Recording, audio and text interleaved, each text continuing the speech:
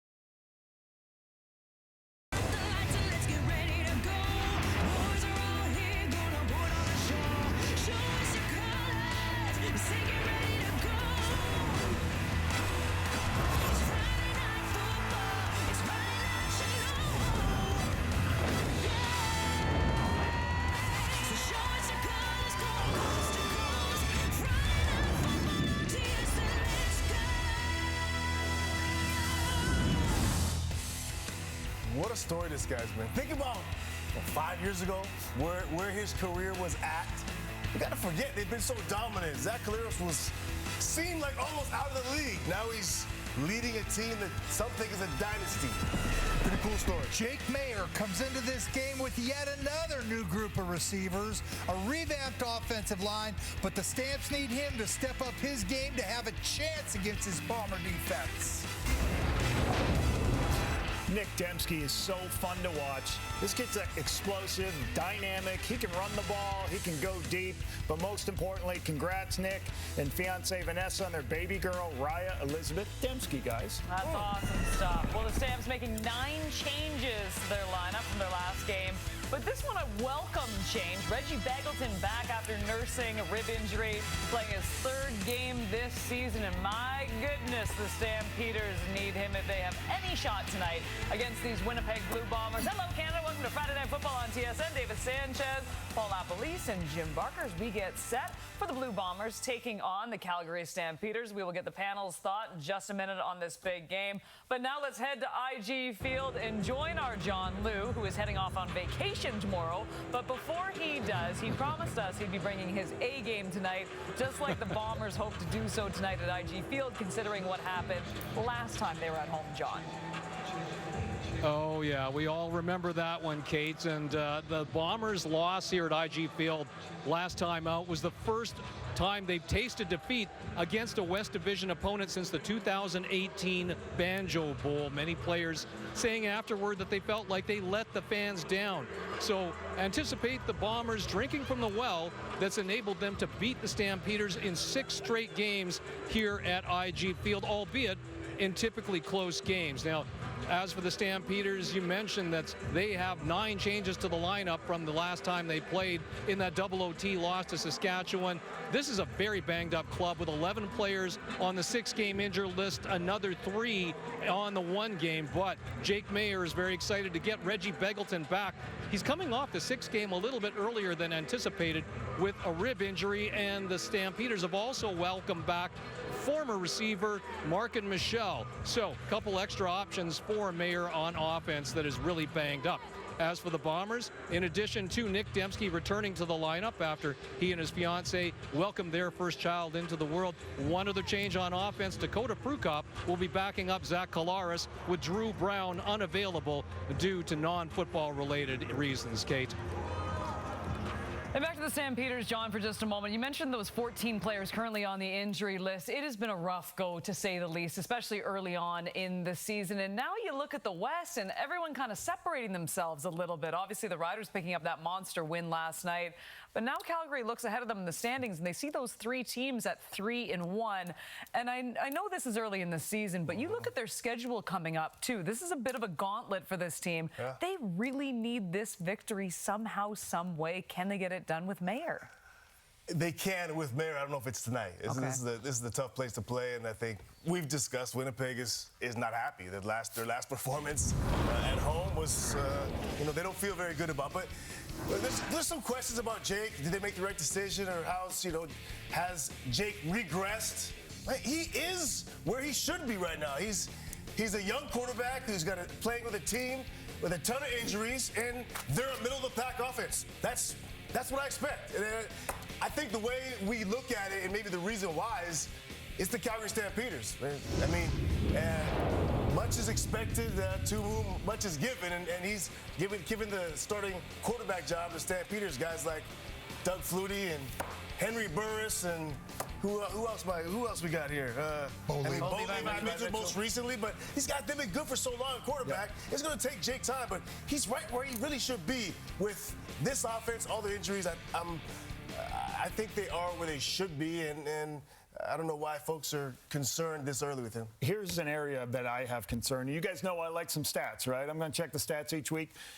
The deep ball passing for Jake Mayer, he's got 2 completions, 14 incompletions, 0 touchdowns, 2 interceptions. Worst in the Canadian football. Well, maybe that's why people are concerned. There you go. What you need to do here, and why is that important? Because it's very difficult to be able to, with 2 offensive plays, to be able to go all the way the length of the field to score touchdowns. You need explosive plays to help that happen.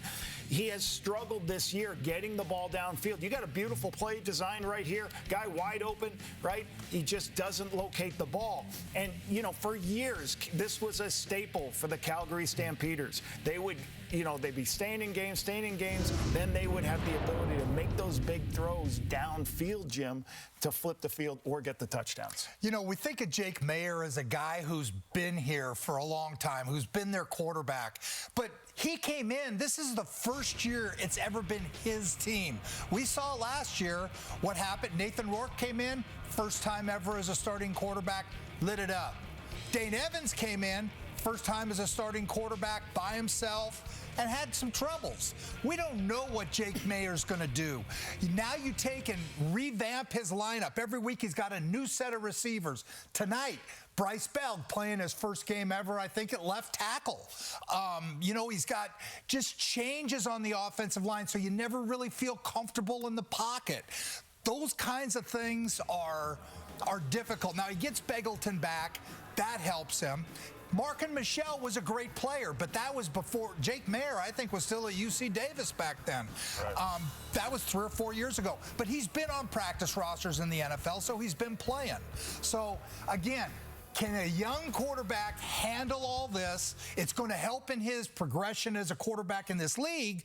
But is it going to help them right now when they're playing a team that hasn't lost a game at IG Field since 2 games at IG Field in a year since 2018, and that got blown out? They didn't lose their first game at IG Field. They got blown out by the BC Lions. So I think that's a tall order for this young guy. Yeah, it's such a weird scenario. You mentioned it, Kate, off the top. Well, let's handle the O-line. Let's help Jake with our O-line. Oh, no, they're hurt, right? Oh, let's give the ball to the running back. Oh, no, they're hurt too. Oh, how about the wideouts? So get the wideouts the ball. Oh, no, they're hurt too. It's a really strange. It's not just they're hurt, but you're talking about Malik Henry, Kadeem Carey, the best players in the league. Yeah. Do you think bringing back Michel too is a little bit of desperation too? I know you said he was on practice rosters, but it kind of seems like, okay, a guy who hasn't played actual games for years. He's talented. He was down there. He is. I'm not saying he's not. So he was down there because he's talented. He just hasn't played a lot of games. I think. One quick question with the quarterbacks. So, to look at the quarterbacks right now in the league, there's 3 quarterbacks. I would say Jeremiah for sure, Trevor, and Zach right now. And I would definitively take in front of Jake right now. I mean, and Chad Kelly, I'm sure we see some good things. But is there any other quarterbacks you would definitively, no doubt about, take in front of Jake right now? Not that he's better than those guys, but definitively better than him. Other than those 4 guys. I mean, you have to say Vernon Adams. Definitively, he's been in the league 8 years. Is he that much better? Again, I don't know enough about Jake Mayer, and that's my point. Though, so he's not. It's not someone that he's a good young quarterback right now, and I think. For the amount of games we don't know how good he is. Is he good enough to take your team to a Grey Cup? Well, he's a middle of the pack at least quarterback for the amount of time he's been in the league and the games he's played. To your point, I think he's probably should be above expectations, not below, and the way we're seeing things. All right, this is a great debate. We went 2 minutes over, so you know it's a good debate went. Coming up after the break, we have plenty more. Our anytime touchdown scores for this evening's game. And also, Matt Dunnigan stops by to give a little love to Willie Jefferson coming off that 2-sack performance against the Alouettes. Defensive coordinator's dream. Sometimes you see Willie Jefferson with a rep like that, and you wonder, how do you stop that? Fajardo gets a pressure look here. Bombers are coming, has to get it away. There's big Willie J. Once again, one of the best pass rushers in the CFL. A high-performance athlete. Willie Jefferson getting it done. One of the great characters in the Canadian Football League and a heck of a player as well. Well, it was such a rarity for Bombers fans 2 weeks ago. A home loss to the BC Lions. Winnipeg faithful hoping for a much different result tonight against the Calgary Stampeders. Here now is your FanDuel 5, the most staked anytime touchdown props for tonight's Stampeder Blue Bombers game. 4 of the 5 players are Bombers, as they are a huge favorite tonight. Dalton Schoen and Brady Oliveira have the shortest odds to find the end zone. So there are some odds, but here are the experts. Let's start with you, your anytime touchdown scorer, Davis Sanchez. Dalton Schoen is minus 210. That's a long number, but I took it. I think he gets in the end zone, but I forgot about Nick Dembski having a baby. I think Zach might want to get the ball to him to celebrate that, but I'm going with Schoen with a little caveat towards Dembski. Now, I'm going to go with Zach Collaros. Okay. Now, I'm going to say that because in Saskatchewan, guys, he scrambled in for a touchdown. I'm sorry, what year was that? This year. This year, a couple weeks ago. But I can say that and go off the stats, but really, I didn't know. This is my first time doing FanDuel. It was a rookie mistake. Yeah, It's okay. I didn't know it's okay. He had to run in. It wasn't a pass, so I didn't know that. It's okay. The fact he hasn't scored since 2015, but that's good. That's a good choice.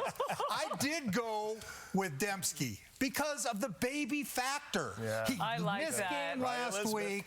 I guarantee you they want to get him a touch. He's going to want to score and go run that ball up and take it home to the baby. Do you know what? How can you not take We should have done an over-under that if he scores, he rocks the baby. Like something great like that. Wait, we should have done that. Can we go to break? Because I'm putting this in now. I agree with you. Dembski is going to score tonight. I agree. I could not agree more. Lapo, though, that was a horrible pick. I'm not going to lie to you here. I like Brady Oliveira, by the way. No, Lapo, oh, gosh. I'll explain it later. Dalton Schoen, that's your pick, Chez. Jim, I love your pick with Nick Dembski. Lapo, we're not even discussing this. Milt, by the way, he's on vacation, but he still sent this from Bermuda somehow. And AK likes Dalton Schoen as well. All right, through 4 games, Willie Jefferson, 4 sacks on the season against Montreal last week. 2 sacks, a forced fumble, a knockdown pass, and 3 tackles. Not too shabby, to say the least. With more on him, here's Matt Dunnigan. Hey, Kate, sounds like you and the panel need to get your stuff together right now. Hey, you guys are all over the place. Hey, what about Wolotarski down in the red zone anytime touchdown? He gets the most targets by Zach Collaros. I'm going to go on the record and say Wolotarski gets in there. But let me say this, Kate. We're living in a world right now when you're playing a rush end in the Canadian Football League. You're playing more than just a rush end. And we've seen a trend on defenses where players are playing up and down the line. That holds true for this bright star, Willie Jefferson, whether it's before the game, when the sun's out, or even when it's raining. Willie is on point. And right now, we're just trying to stay loose, trying to stay, into it. Well, he didn't have a problem staying into it because he's up and down the offensive line. There's a one technique, beats the center, flushes Fajardo out of the pocket. Good play by Cody. Here he is coming off the edge. I'm telling you, unblocked, not a good idea. I know Fajardo agrees with me. Here he is in a 3 technique, little swim move. Nice throw by Fajardo on the back end. His teammate picks him up. Here he is, 1 technique. Again, swim move inside, little spin. Goes for the strip sack on Fajardo, misses him there. Now he gets help from Jackson Jeffcoat on the other side. Watch these 2 guys just get after it. Keep playing. Don't stop tackles. These guys don't. You better stay on him 24/7. Here he is, inside move. He gets to Fajardo this time. Strip sack, ball's turned over. Willie does it. Bonjour, merci, au revoir.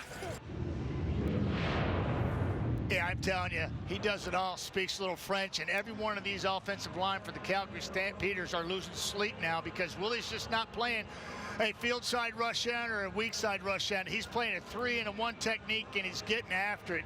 So in a league filled and laden with stars, Willie Jefferson continues to shine bright come bright skies or thunderstorms, as we saw last week in Montreal. He was all over the football field, giving those offensive linemen nightmares. Kate?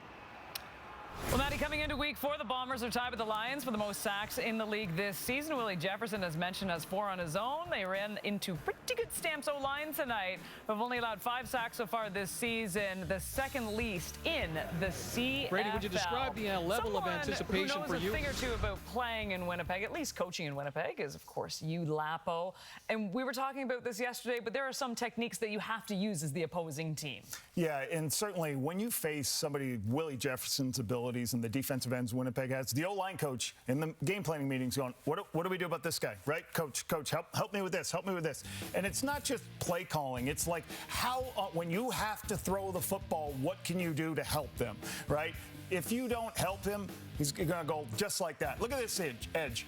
They get the running back to help out, to make the throw down the field. That's one way of doing it. You can add the receiver into the protection to help out. So you create a longer edge for the offensive line and not a short edge for the defensive end to get around. Watch this. They slide out here. They say, hey, we're going to help it with the tight end. But what did Richie Hall do? He moved Willie Jefferson inside because they put 3 defensive ends in the game.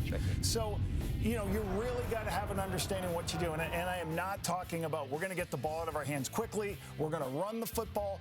Sooner or later, you're going to have to drop back and throw the ball. And how do you help those guys? You know, like Jim said earlier, we got Bryce Bell starting tonight, a young offensive lineman, right? There's a lot of stuff that they have to overcome. Many things, a large crowd, a loud crowd. They're going to have to execute their silent count. Excellent. Nailed Excellent. it. Silent Look count. at that. Talked about 2 nights in a row. You kidding me? So I good. know so much about Talking silent ball. counts now. Talking ball. All right, with more on tonight's game, let's send it down to Ches and Jim.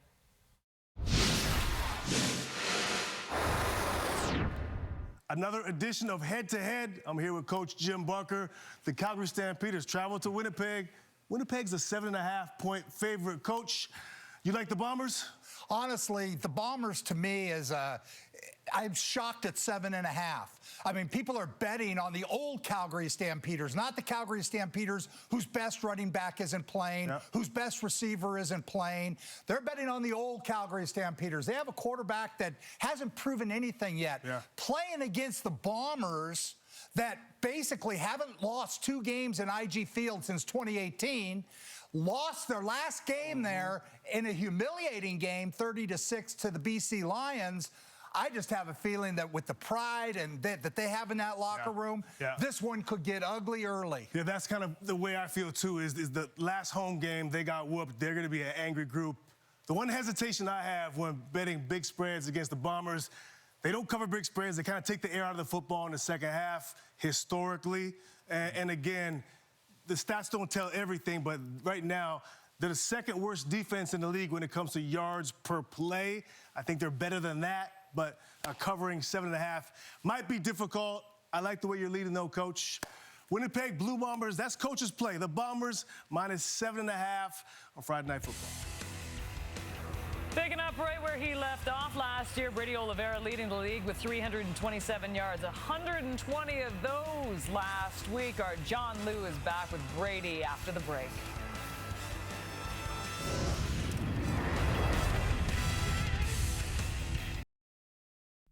You know what they do with running backs? Keep feeding me, keep feeding me. Untouched to the house. That's Pops.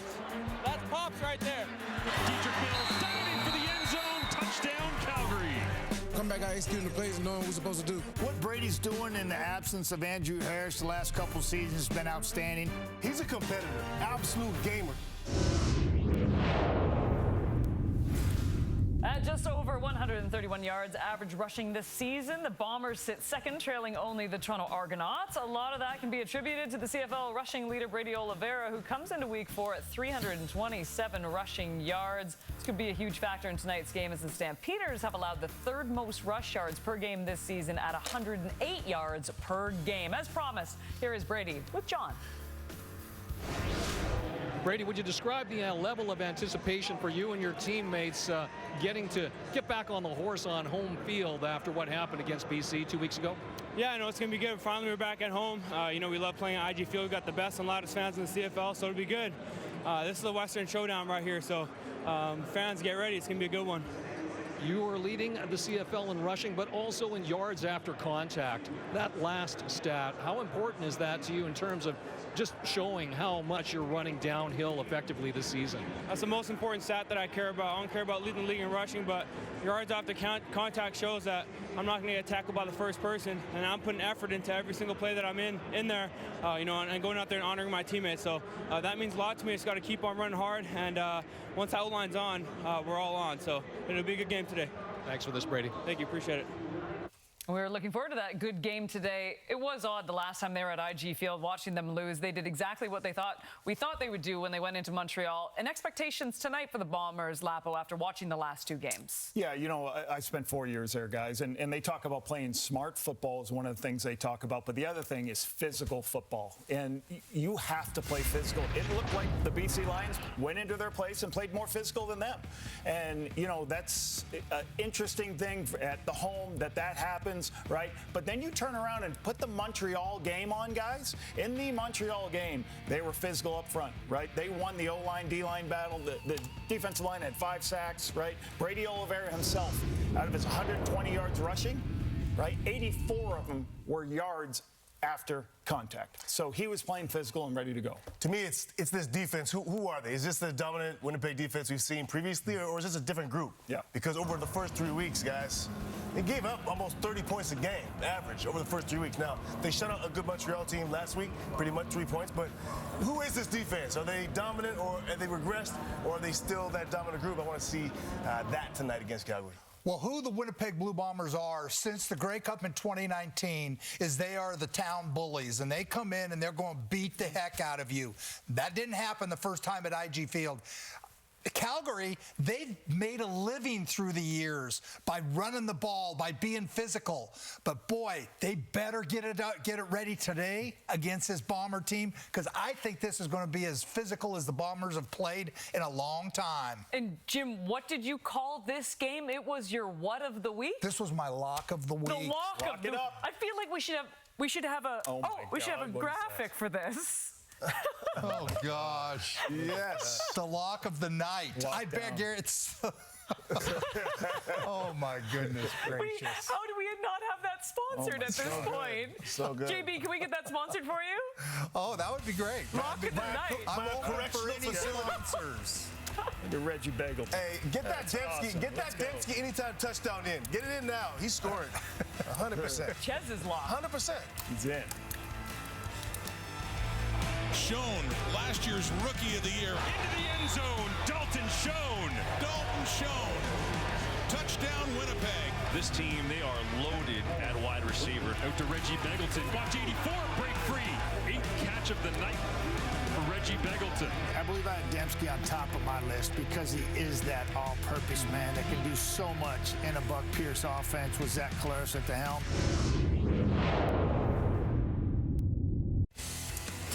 IG Field we go. The host of Friday Night Football, the Blue Bombers, fresh off their win in Montreal. They welcome the Calgary Stampeders to town, who have been just decimated by injury. It's Winnipeg and Calgary coming up on TSN.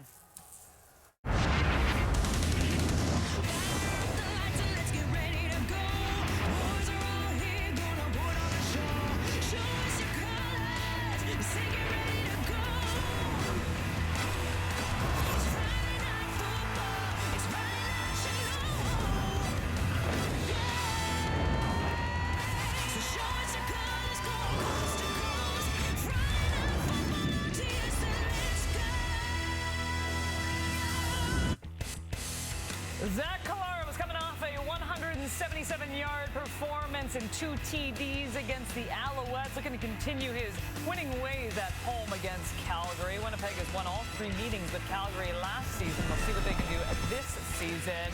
And not an easy task for Jake Mayer and company. As mentioned, so many injuries on this team, but the good news for the quarterback, Reggie Begelton returning to the lineup. as we welcome you inside the studio for a little Friday night football. David Sanchez, Paul LaPolice, and Jim Barker. Jim's lock of the night, by the way, is going to be the Winnipeg Blue Bombers, just in case you were wondering at home. But let's talk about the Stamps for just a moment. And as I said off the top, the injuries just mounting up at this point. You've got 11 guys on the 6-game injured list. You've got 3 on the 1 game.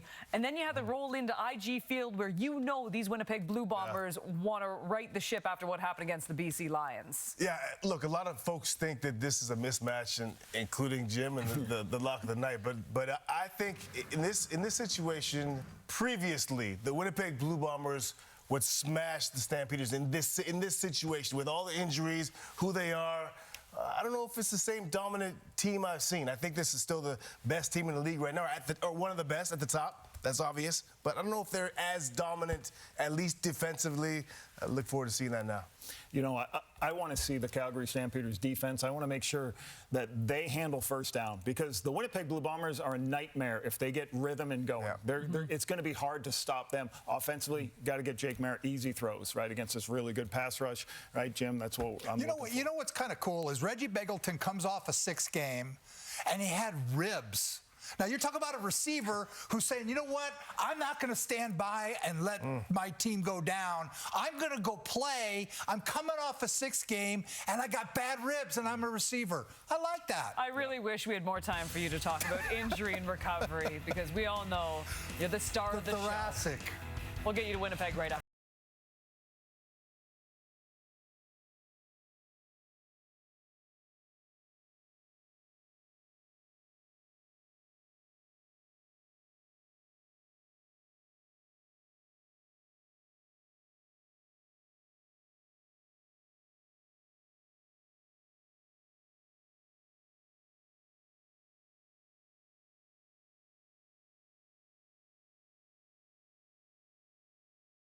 See you soon, back in Winnipeg. It doesn't get any better than a beautiful Friday night at IG Field in Winnipeg. The Stampeders 1-2 to start the season. Both losses coming against teams from the West, including a heartbreaker in overtime in Week 3 to the Riders. The Bombers are 3-1 on the year. Their offense started hot, but it slowed down as of late. But they're going to get a big piece back here tonight. Absolutely, Nick Dembski. A lot of talk about him by our panel, and justifiably so. He's looking to do the new dead swing tonight, get back into the groove, and become Zach Collaros' security blanket, so to speak. The guy can do a lot of things. And then the other side, you're looking at Reggie Begelton. Reggie Begelton, you heard Jim Barker talk about him coming off the IR 6th game early, and I love it. The guy knows his team is in need for production, and he's looking to give it to him tonight. Dave Dickinson, 7-8 in his career versus Winnipeg. 7-2 on the road last season. 1-0 on the road so far this year. Mike O'Shea, 85 career coaching wins, 1 behind Cal Murphy for 2nd in team history. His team has lost 1 at home this season. That was their last game here at IG Field. They were 8-1 at home a year ago. We are set to go. Calgary won the toss. They decided they want the football, so the Bombers are going to give it to them. Thank you very much for joining us for Friday Night Football on TSN, the 2nd of 4 games that we have this week. CFL action Week 5. It'll be Sergio Castillo to get us started in the peg. This will be taken by Floyd Allen, brought back to the 30, and that is where Calgary will get to start with quarterback Jake Mayer. Jake Mayer looking to find his form. He says he's pressing the issue a little bit with the new receivers. He felt like he was not making good decisions and trying to do too much. He just got to take a deep breath, relax. They had a chance to look over things during the break, and says that's one of his big problems, is just trying to do too much. He's been around for a few years now, but this is actually just his 16th career start. So yeah. Still trying to find his way, you could say. I can tell you, took me a lot longer than that to figure it out. There's Mayer, far side of the field, and that is complete to Begelton. And he's back in this Calgary Stampeders starting offense. Yeah, and when you look at these guys, it starts right up front. 96 games out of 101 possible. This guy's been at the center for Calgary. He's a local kid. And this guy, Odom Stoops, a lot of talk about Begelton and getting Mark and Michelle back, but Odom Stoops, a second-year player from from South Florida has been doing an outstanding job of producing, and I think all three of those guys got to get on track tonight to have success. 6 yards for Beggleton on first down, sets up a 2nd and 4 from the Calgary 37. Pressure from the Bombers, and it forces Mayer to throw that ball quickly, and it falls incomplete. 2 and out for the Calgary Stampeders. Yeah, right off the edge. Yeah, coming free right off the edge, untouched. Jake feels it, throwing off his back heel already. Second pass of the night. He's got heat in the kitchen. Not a good start. Brandon Alexander getting home on Jake Mayer. Cody Grace will have to go to work here early in the first quarter. Janarian Grant looking to do the same. He stands back on his own 20. Towering kick. Way up there. Grant takes it cleanly at the 15. Trying to find some space on the far side of the field, but there's a flag.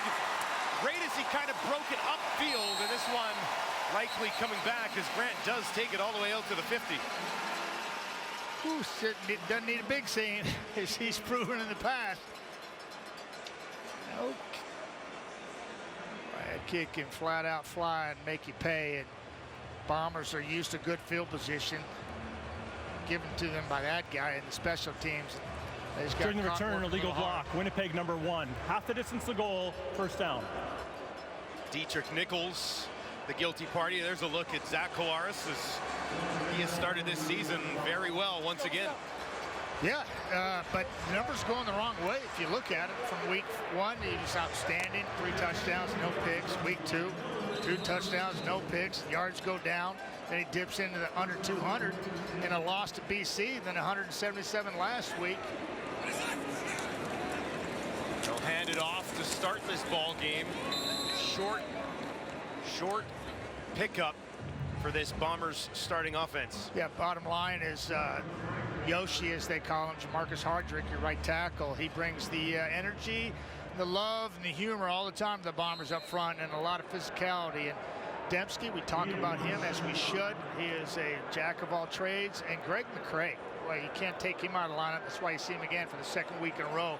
Produces every time he touches the football. 87 points in their first 2 games, just 23 in their last 2 games. Here's Collaros, gets it away just in time. Far side of the field, a flag on the play as he gets it to Dalton Schoen for a first down. Boy, Dalton Schoen is working hard for this out, and boy, Zach delivers a beautiful football number. He's just coming right in here. He's coming right in here. He's going to run it out. Watch him work hard at the top of the route here. The switch motion, double move, work back hard in front of the receiver. That's playing football right there. It's wanting it more than your opponent right there. Zach's trusting it too, just putting it out there, knowing he's going to come back to him. It's a big first down. Doesn't look like much. Gets you out of your own backyard and gets you better field position, new set of downs to work with. 21st catch of the year for Schoen, who's been targeted now 36 times, 325 yards coming into the game with a couple of touchdowns. Of course, he went off last year, most outstanding rookie, 16 TDs. Yeah, he's special, wasn't he? You know, he's been throwing the football 35 times, got 20 catches out of that, so he's going to get his chances.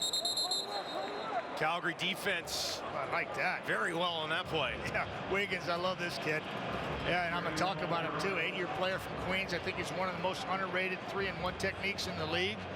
He just flat out does the dirty work for people like Micah Alway, his middle linebacker, clears him up as he leads the CFL in tackles right in the middle and back in the back end there. You've got this young one, Michael Griffin, first-year player from South Dakota State, making his name known, taking over for Brandon Dozier. I really think that that's something to watch there. 11 tackles for Griffin against the Riders. Collaros near side. Wolotarski will get it, but it's not going to be enough for a Bombers first down after they lost a couple of yards on the carry with Oliveira on first down. Calgary's got to feel pretty good, get their defense out there, stop Winnipeg after they go 2-0. And that's the key right there. 1st and 10 success. They stop the run, forcing a 2nd and long, so you're in control.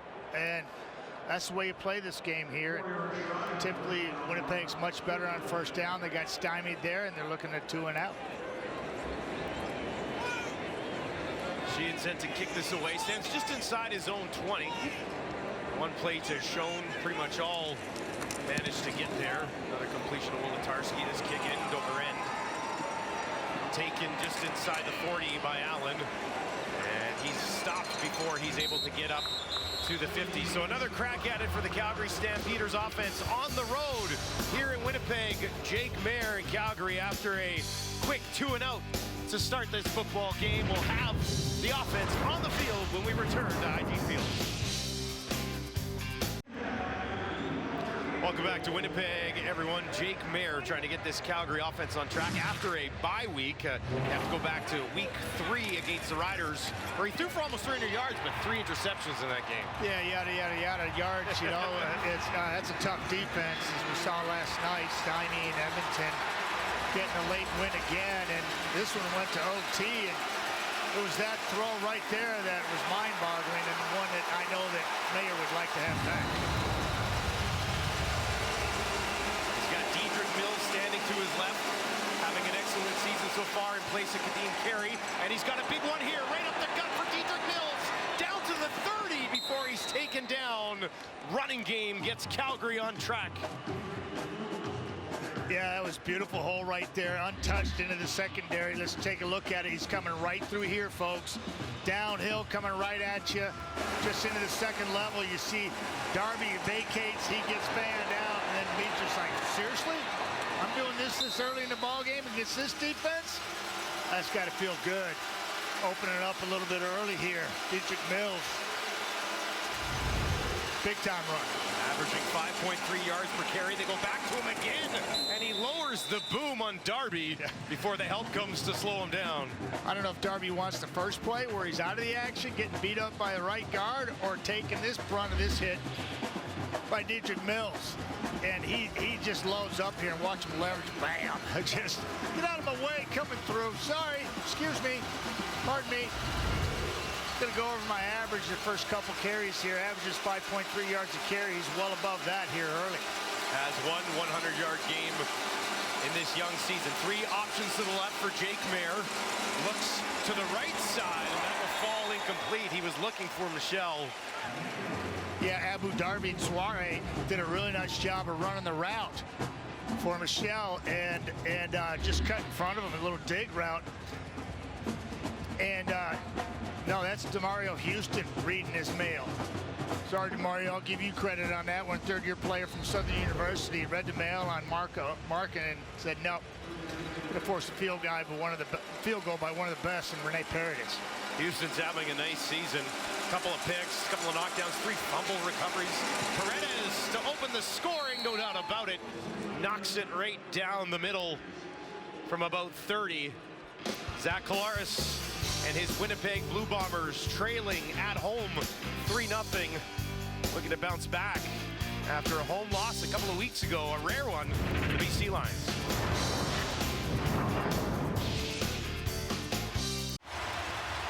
Zach Collaros and the Winnipeg Blue Bombers about to get the ball back.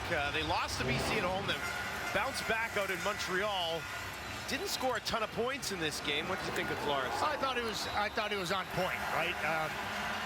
He really didn't beat himself. I mean, on this drive, he was spectacular. He threw a dig across the middle to Schoen, threw a dime to Wolantarski, and found Schoen in the back of the end zone, reading the coverage beautifully. So, did what he had to do, right? Against Montreal, it's a tough defense. I say that it was an outstanding effort on the road. It's a very difficult place to win at anytime. Tough conditions, too. Yeah, with the weather delay and whatnot, but both teams are going through it. Everybody will say that. But I thought Zach was on point and did what he had to do. If he tried to force the issue against Montreal, that's when you get in trouble. Next thing you know, the score is sideways. He didn't. He only turned the ball over one time. And they got rid of their penalties, which bit them the week before against BC, and it was a difference. Tried to find Schoen on the first down. That was broken up, so 2nd and 10 here for Collaros.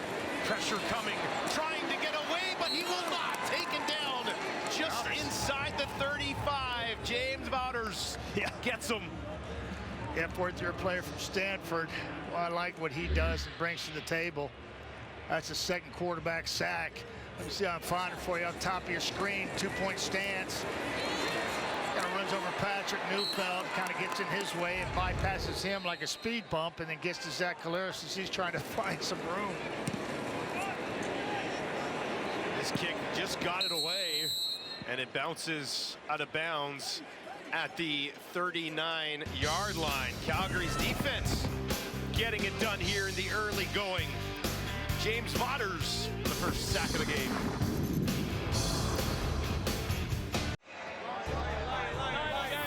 Wimbledon coverage continues tomorrow as the world's biggest tennis stars take to the historic English grass courts. Catch every rally, ace, and set all tournament long only on TSN.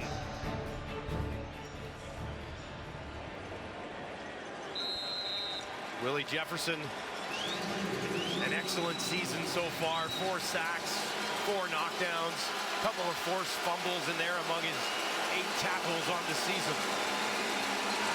Handed off to Mills, pretty good chunk on the ground against his Winnipeg starting defense. Yeah, and they've been pretty good on 1st and 10, holding the opposition just under 5 yards, which is pretty good. And they're right about that pace, looking at a 2nd 5 here. But I tell you, Adam Bighill, a tough couple of weeks for him, and we'll get into that a little bit later. But he's just 1 tackle away, folks, from passing his old teammate, Solomon Elimimi, for 6 all-time. Brendan Alexander had a big-time pick last week on the road in their victory against Montreal. He continues to patrol things in the back end. Mayer will be throwing this time. If he has time, he does, and he's got a completion. Michel's got it up near midfield, and that's his first catch in his return to the Canadian Football League. Yeah, really nice route, too. He gets Damari Houston out of his back pedal. Watch him right here. He's going to run a comeback here, but he's going to, not a comeback, but a curl. And he's going to get up on him quick. He gets him out of his back pedal. Shuts her down. Ball's thrown on time, moving the sticks. It's the way to get it done. Well, you know that feels good as a young quarterback. You got a veteran receiver coming back in the league after an absence of 5 years. Says he's a better ball player from his 5 years in the National Football League, and nice looking route right there. Mayer will hand it off to Mills again, and he gets popped pretty good on that play. A few different stops south of the border for Mark and Michel. Before returning. Yeah, he was all over the place trying to find somewhere where it sticks. You know, Minnesota, Washington, Philly, and Carolina. But yeah, I know Calgary's happy to have him back, timely fashion too.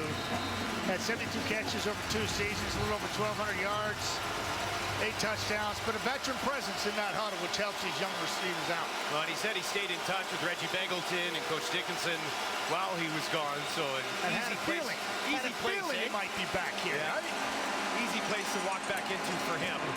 And now on the far side, they get it into the hands of Trey Odom's Dukes, who tries to stretch ahead for the first down. Really nice effort. Young receiver knowing where he's at, trying to move the chains.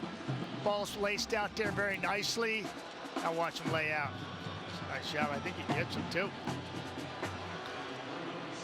Yeah, it's and that's what I talk about, Trey Odom's Dukes, and talking to head coach Dave Dickinson in Zoom calls earlier in the week, and he mentioned him unsolicited. He just threw him out there. He says, yeah, you know, a guy I like a whole lot is that old Trey Odom's Dukes. Yeah. And coming into the ball game, 14 for almost 200 and a touchdown. And like I said at the top, I think that he, Markin, and Reggie Begelton need to get hot and stay hot for the Calgary Stampeders to find their form, because you know they're going to have a good run game with Mills. You get Kadeem back. Peyton Logan's a ways off with his pulled hamstring. That was a bad one to watch. So 2 running backs down. Dedrick Mills in the backfield. His backup tonight is a young man by the name of Levante Bellamy, first-year player from Western Michigan. Now here's Mills, another big burst all the way down inside the 30 before he stopped. And Dedrick Mills running all over the Bombers in the first quarter. This is something you don't see very often. A couple weeks ago, BC Lions imposing their will up front. And here they're trying to, they're trying to run blitz here and cover up all the gaps. And Dedrick bounces it outside and finds a hole and exploits that defense one more time. So 1st and 10 run there. Looking good. Bellamy into the game now to the left of Mayer. Mills gets a breather, and they'll give it to 34 in white. And he is wrapped up immediately. Adam Bighill all over him. There he goes. I'm not sure that's Biggie's first tonight, but if it is, he's sixth alone, saying goodbye to Solomon. She slides back into seventh place with 834 tackles over the course of his career. Adam Bighill's been doing a solid job. Yeah, he's right here. Watch him. Just get up in there and say hello to that running back. Say, come on, man. Not on this play. So good for such a long time. Yeah, just read the offensive playbook right there. Beat the tackle coming over in a kick-out position and crossing space, made the tackle. Just a yard, 2nd and 9. They go back to 86. Odom's Dukes, and he is not able to pick up the first down this time. Just didn't get far enough. A couple yards shy. That'll bring up 3rd down. Yeah, just sit in the hole. Just got to get another yard and a half, 2 yards. The quarterback can stick it on you. I know it's a timing play. Hopefully you have a little more space to work with. Maybe shake a tackle and pick up that first down. Not the case there. It looks as though they're going to go for it. What do you think? What do you think, Matt? I like it. Going to try to draw them off sides here? Maybe. With that old silent count they've been able to work on all week long. Kind of hard to do. Dedrick Mills back in the game after being on the sideline for a couple. Will they go back to him here? No, Mayer's going to be throwing. Now he takes off down the field towards the end zone. Broken up. Evan Holm nicely knocks it away from John. A flag on the far side of the field, just inside the 20. And I think it's against the Bombers. It is. Illegal contact on our receiver, I'm sure, on the opposite side of the field where Jake Mayer was looking first and then flushed to his right. Legal contact. Winnipeg number 1. 10-yard penalty. First down. Yeah, we'll take a look at it right here. And you're going to see the legal contact. As this plays out, Jake's looking there first. He wants to get it to him right now, but he just kind of pushes him down, and that's not allowed. Then Holmes is doing his best to hang on to the opposite side of the field, make a heck of a play. Second-year player from North Dakota, making it happen, but they got caught cheating on the other side. 1st and 10 now from the Winnipeg 11. Back to Mills. Oh, man, heavy collision at the 5. That was Brendan Alexander, too, and he's usually the hammer. And at this time, he was the nail, and Mills made sure of that. Coming left to right, just knowing it's coming. We heard that up here. Back to Mills again. This time he's in. Touchdown, Calgary. Dedrick Mills, 2nd major of the year, and the lead is extended. Well, that's a big-time statement right there. Kudos to that offensive line. McEwen, Seabour, Williams getting the job done. Up front there. Job well done. Watch him right here, folks. Watch him work it. Work it, work it, work it. Find that little crease. That's all you need. Man, that's giving Winnipeg a taste of their own medicine right there. Yeah, not many teams come in here to IG Field and run the ball down the throat of the Bombers defense. And it's early in this game, but Dedrick Mills, the Calgary Stampeders, have done just that. It's a 10-play, 71-yard drive. Just over 5 minutes. Finished right here by Dedrick Mills, who, by the way, has 74 yards to go along with that touchdown. I did not see that coming. Did not see that coming, Dusty.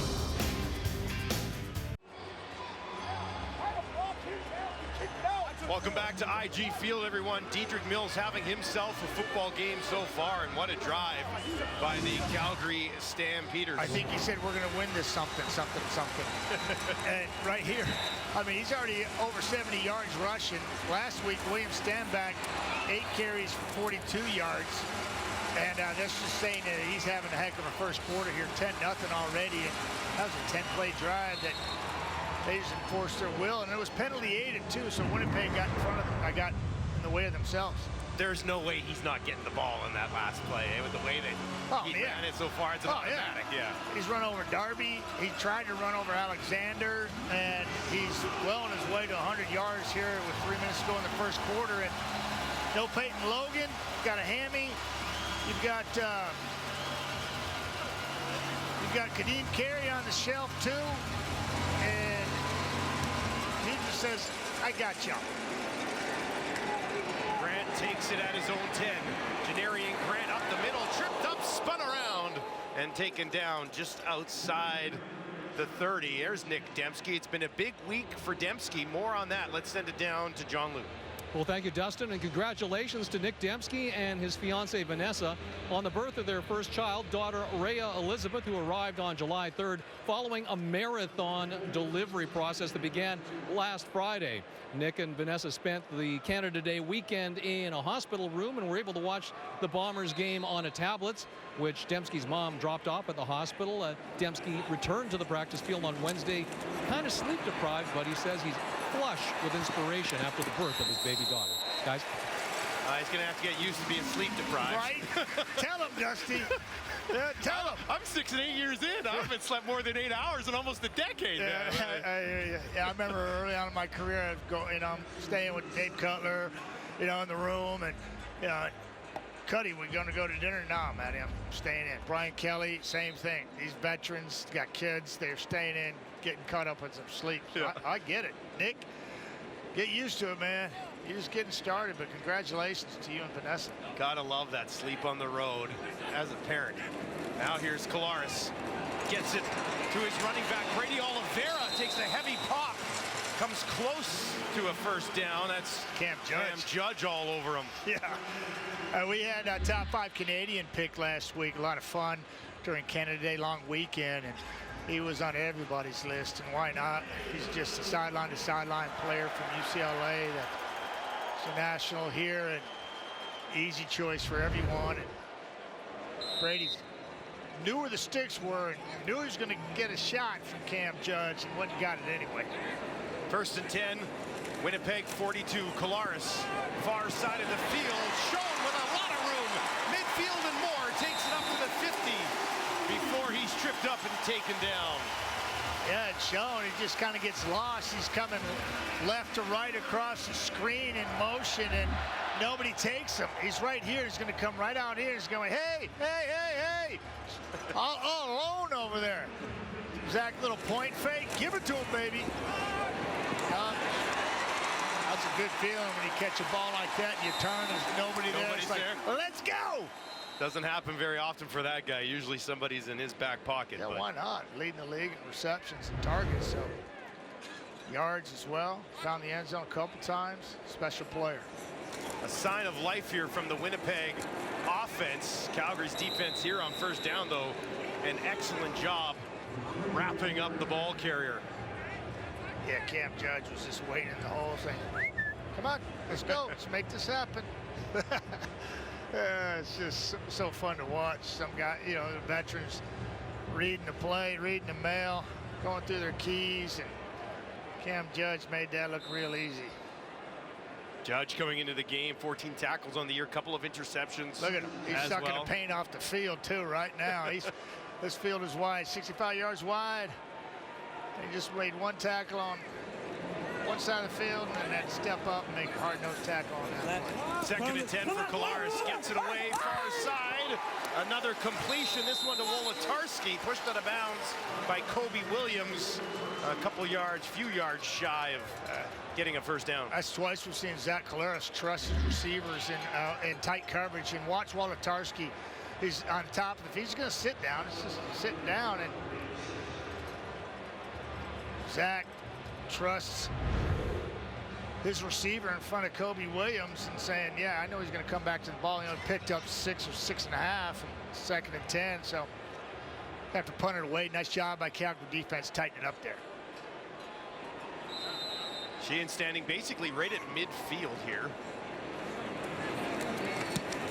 Look at that. And that is side kick bouncing all the way down.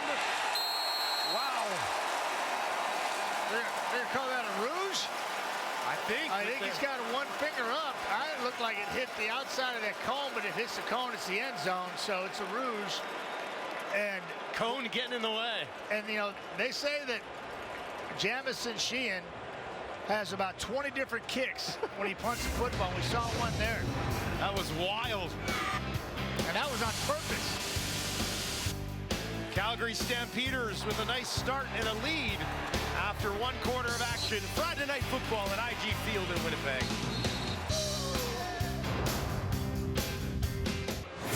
"15 minutes in the books in Winnipeg. It's the Bombers trailing 10-1.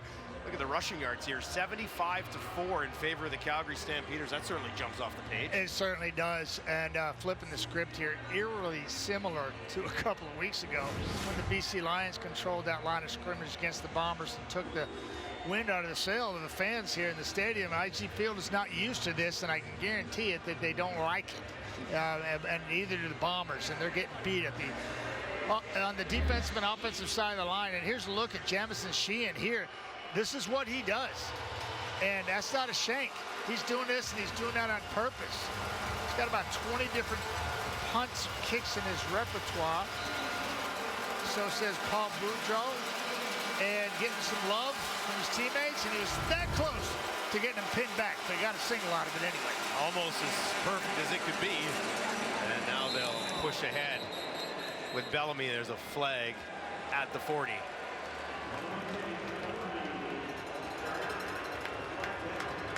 Holding, Calgary, number 86.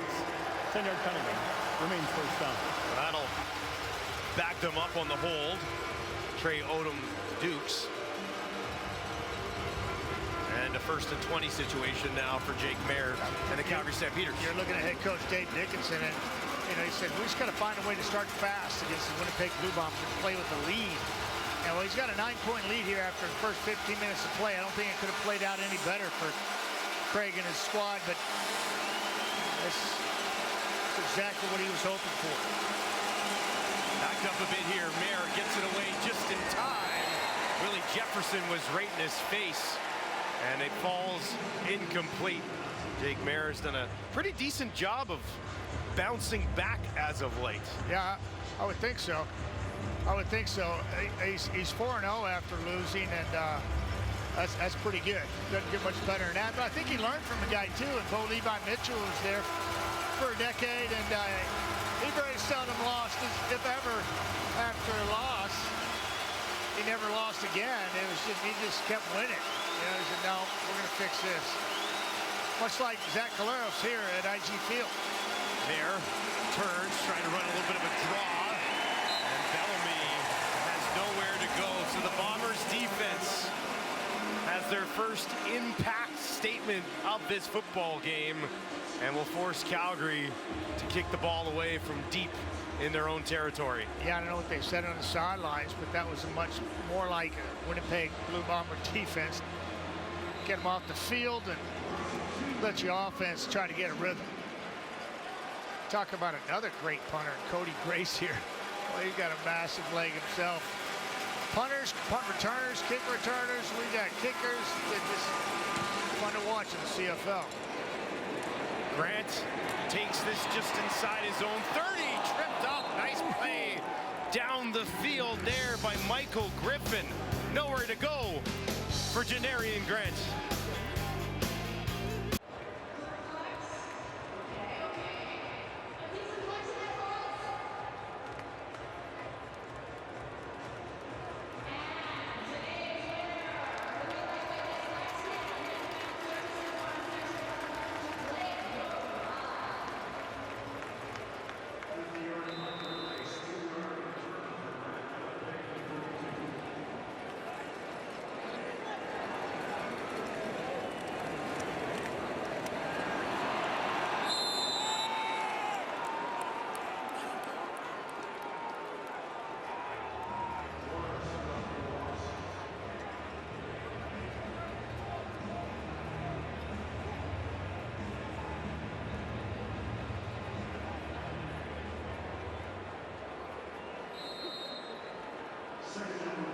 Career. Fourth-year player from Stanford, second of the game. An opportunity for him to step up with a Rimolade moving on, and he's made the most of it so far. Yeah, Falarin's doing really well in Toronto too, by the way. It's the three-man rush. They drop it off to Oliveira, tries to cut it back. Staying on his feet, great effort from Brady Oliveira. Will still be stopped shy of the 15 that they needed. Yeah, and that's what you do on 2nd and 15. You run a little screen, invite them in, dump it down, hope to get people out in front.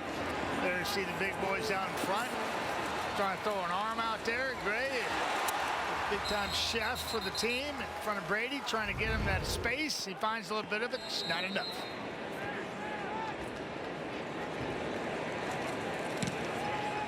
Sheehan kicks this one away. Taken at the 32. And brought right back up the middle of the field. Nice return to midfield, where Floyd Allen is taken down. Just an apology for some technical issues we had for the first couple of minutes of the second quarter. We appear to be back on track. Go ahead, but as we deal with a few things behind the scenes that Calgary's dealing with their business out there in the football field, that was a nice return. Doesn't look like much, but it's 20 yards straight up field basically from Floyd Allen, first-year player from Ole Miss. He's quite the story. Maybe we'll get a chance to dig into that in a little bit. Jake Mayer hands it off. And a couple of hard yards after the initial contact, takes it down just inside that Winnipeg 50. Yeah, there's his bounce back. And that's not bad at all right there. Yep, doesn't like getting beaten. It stings, and he usually spits that out of his mouth in a heartbeat. It's good numbers. Jake always seemed like ever since he started playing for Bo a couple of years ago, sparingly, and then last year took over. He just played like a quarterback that had seen it and been there before. 2 touchdowns, 5 picks so far this year. Big Hill shows pressure, then drops back. And Mayer's tripped up and taken down. Who else? 5th sack of the season for Big Willie. Yeah, he's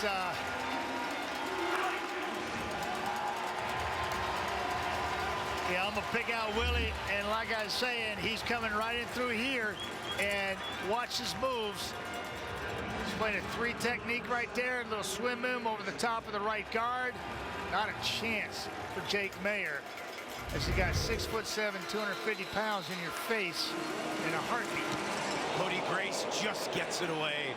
High kick. Grant watching, bounces at the 6, and all the way into the end zone. And that is where Janarian Grant will grab it. They'll watch him closely. Winnipeg gets the ball back. Willie Jefferson, the main reason why. Busting through, no chance. 5 sacks on the season for 5 in blue.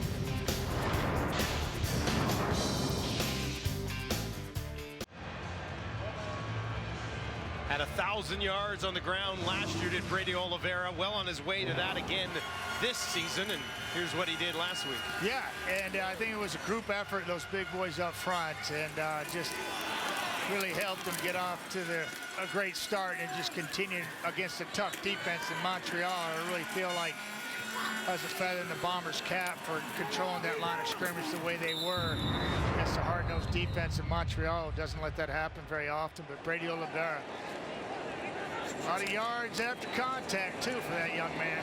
Here's Dembski. He's got it at the 50 for a first down, and he will take it just outside the 55. Back to Brady Oliveira.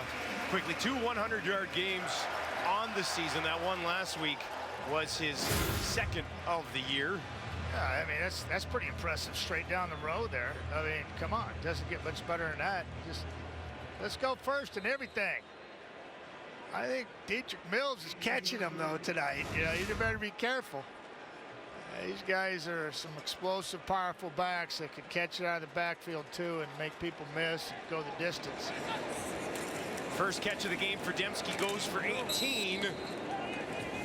And now they'll push it up towards the 50 and put themselves in about a 2nd and 8 situation. Yeah, Julian Hauser in there.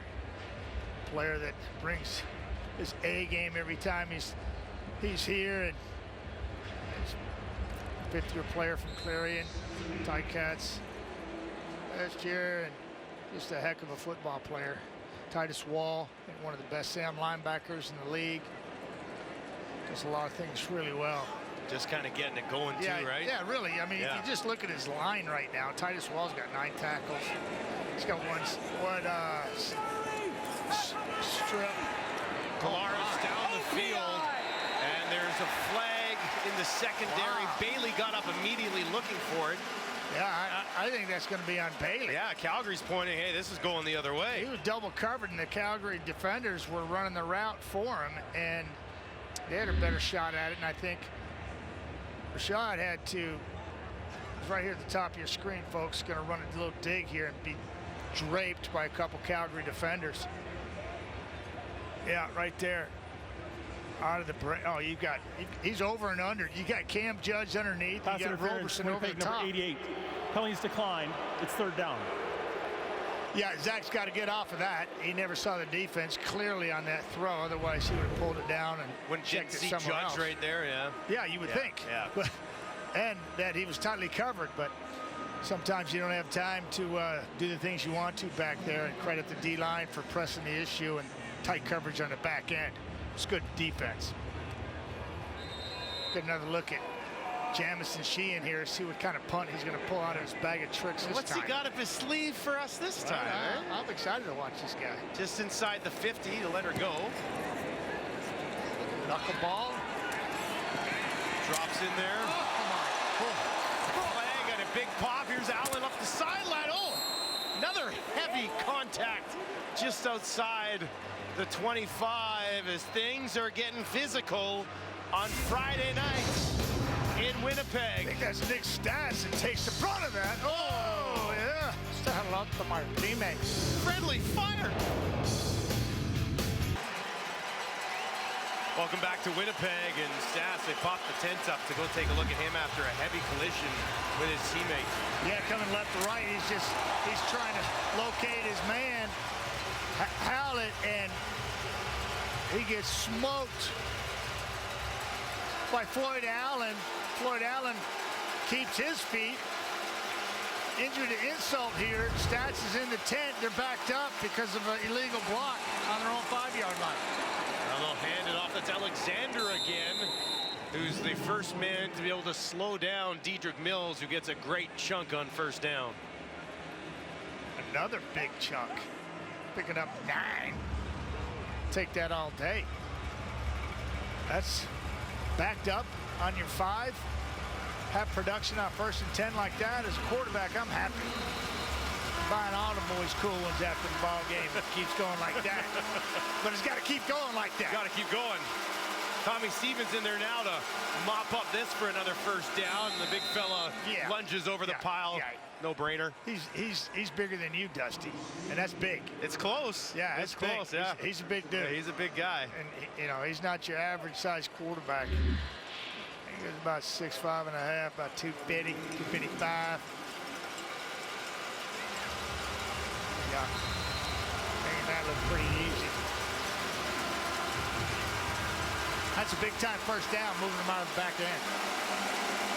Halfway through the second quarter. Double tights. I like it. Calgary on top 11-1. Mayer wants to be throwing this time. Has some time. Odom's Dukes hangs in there and hauls it in. Close to another Calgary first down. Yeah, Jake just hanging tough on 1st and 10. Coming right here, he's going to sit down. Right about there, about 10 yards out. Sit it. Here comes. Nice hands catch. Jake hung in there like a champ, pressure in his face. Delivered the mail. Stevens with the rinse and repeat here. Same thing again, yeah. You know, it's crazy coming to this ball game. Jake Mayer actually was out rushing Tommy Stevens. Yeah, that made no sense. It was like, a couple what? of touchdowns. Yeah, what? Yeah. No, that's just not the case, because that's not Jake's game. Jake sees the field, gets rid of the football. Reminds me of quick release. You know, this is a big-time compliment for a young quarterback like that. It kind of reminds me of Danny Mack, the way he delivers the football. Sees it quickly, and when he's in rhythm, ball's out quick. 1st and 10 on the Calgary 28 for Mayer. Mills to his left, 3 options out to his right. They'll give it to Mills, looking for some space, not gonna find it, as he's eventually finished off there by Alden Darby and Jake Thomas. And the Bombers are coming downhill. Looks like kind of a run blitz here. They're gonna put more people in the box and dare them to run the football. And when you play on the other side of the line of scrimmage like Alden Darby did, or Nichols did right there, Richie Hall's going, yeah, that's more like it, boys. Let's just keep doing that. Playing the other side of the LOS, the line of scrimmage, and wreak havoc, put him in second and long. See how that goes for him. 3-yard loss. Mills now at 85 in the first half. Mayer looks to his left. That's deflected at the line. And it eventually hits the turf. I was wondering, where did that ball go? And it eventually pops out at the feet of that Bombers D-line. Yeah, it was the other partner of the Jefferson Jeffcoat law firm. Jeffcoat gets his mitts up. He's on the inside, lining up in the 3 technique, playing the left guard. Just bull rushes him, gets him on his heels, and gets his left mid up in the air and knocks that one down. Grace. Grant grabs him with speed. Big collision coming, and he's popped at midfield. Hey, we made mention of Cal Murphy, and Mike O'Shea's one win away from tie-in Cal. Cal would love that return by Janarian Grant. Catch it on the fly, draw the penalty, get what you can. Calgary number 45. 15-yard penalty. First Saw down. that note. Outscored 41-7 in their last 6 quarters at home. What are you not seeing from the Winnipeg offense? Well, first and 10 success. Yeah, big time.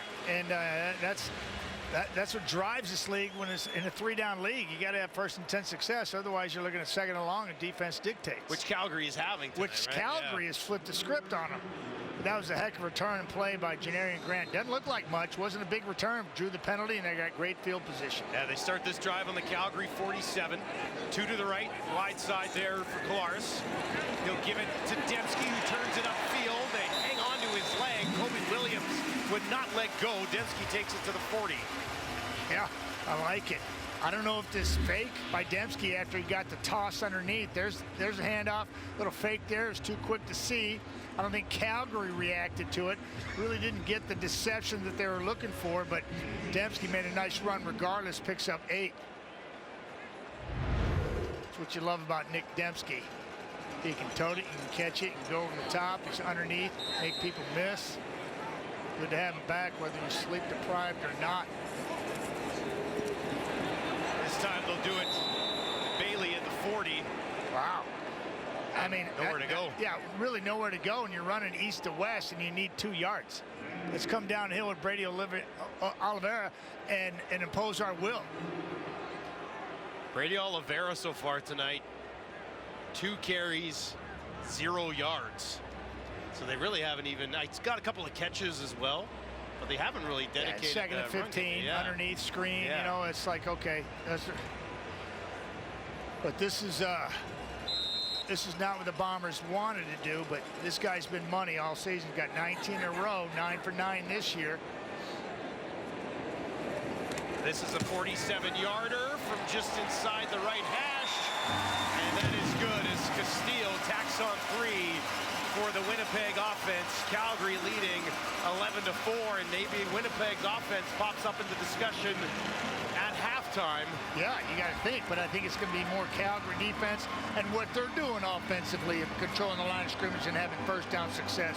But we got Kate, Davis, and Dusty, and Lapo back there holding it down in Studio 6. Pre-game talk about Dembski getting the end zone for anytime touchdown. I got my money on Wolodarski. But it's Calgary Stampeders that have been controlling offense here in the line of scrimmage. Got the ball again. Just 62-yard passing for Zach Kolaris so far in this ball game.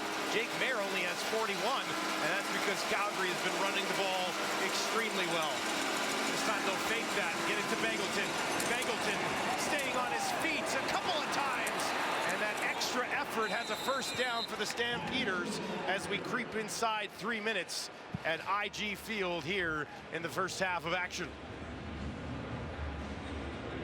Reggie Begelton returning to the lineup and getting involved so far here. That's his 3rd catch of the ball game. Jim Barker, please tell me what you just told me 10 seconds ago. This is real football. Like, this is a real football game. Really? I just did cut-ups. I'm so excited about this. They're not called cut-ups. No, this is real football. But what about your lock of the night being the Bombers? Yeah. Yeah. That's Kate calling out Dusty there. A lot of football to be played. 4 points. Winnipeg has just 27 points in their last 2.5 football games. Here's Marin trying to take it down. Jeff Cote and Jefferson together in his face. Watch a push by Ricky Walters too. Just watch this guy. This is fun to. If you check it out here, you got a bull rush, and out here, and you're gonna get a little bit of Jake Thomas too coming up from the back end. But there's Ricky, bull rush, Jeff Cote on the edge. Woody's there. Barbecue at Jake's house. We're serving up ribs.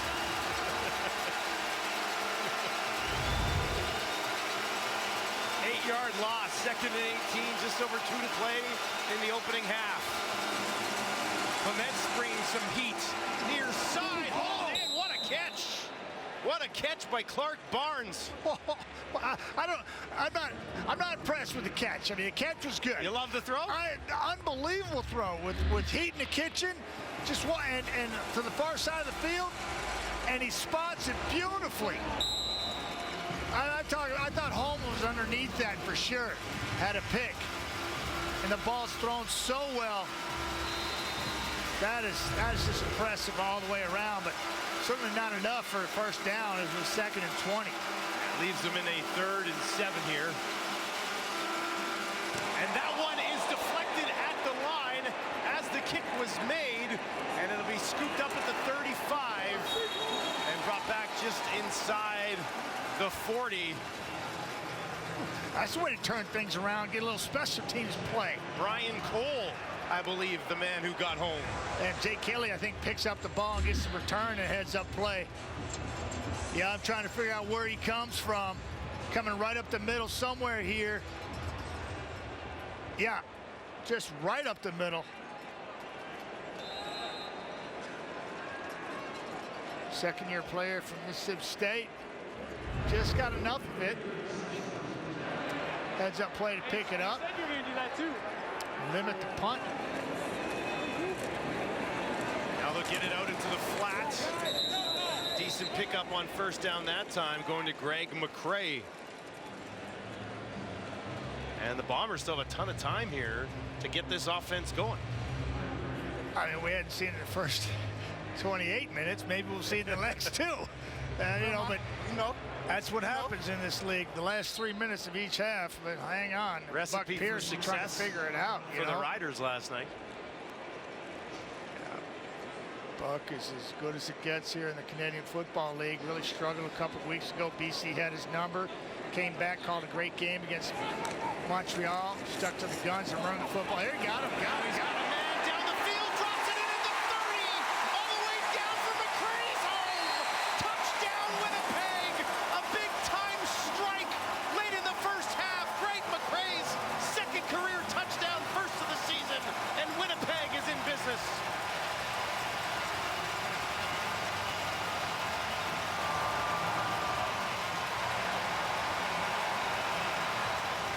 That's all you got to do is just show the offense coordinator, Buck Pierce, you got to call him out, say maybe we're going tight, and Zach Caleros, little hitch, pump, McCray all alone by Brandon Dozier.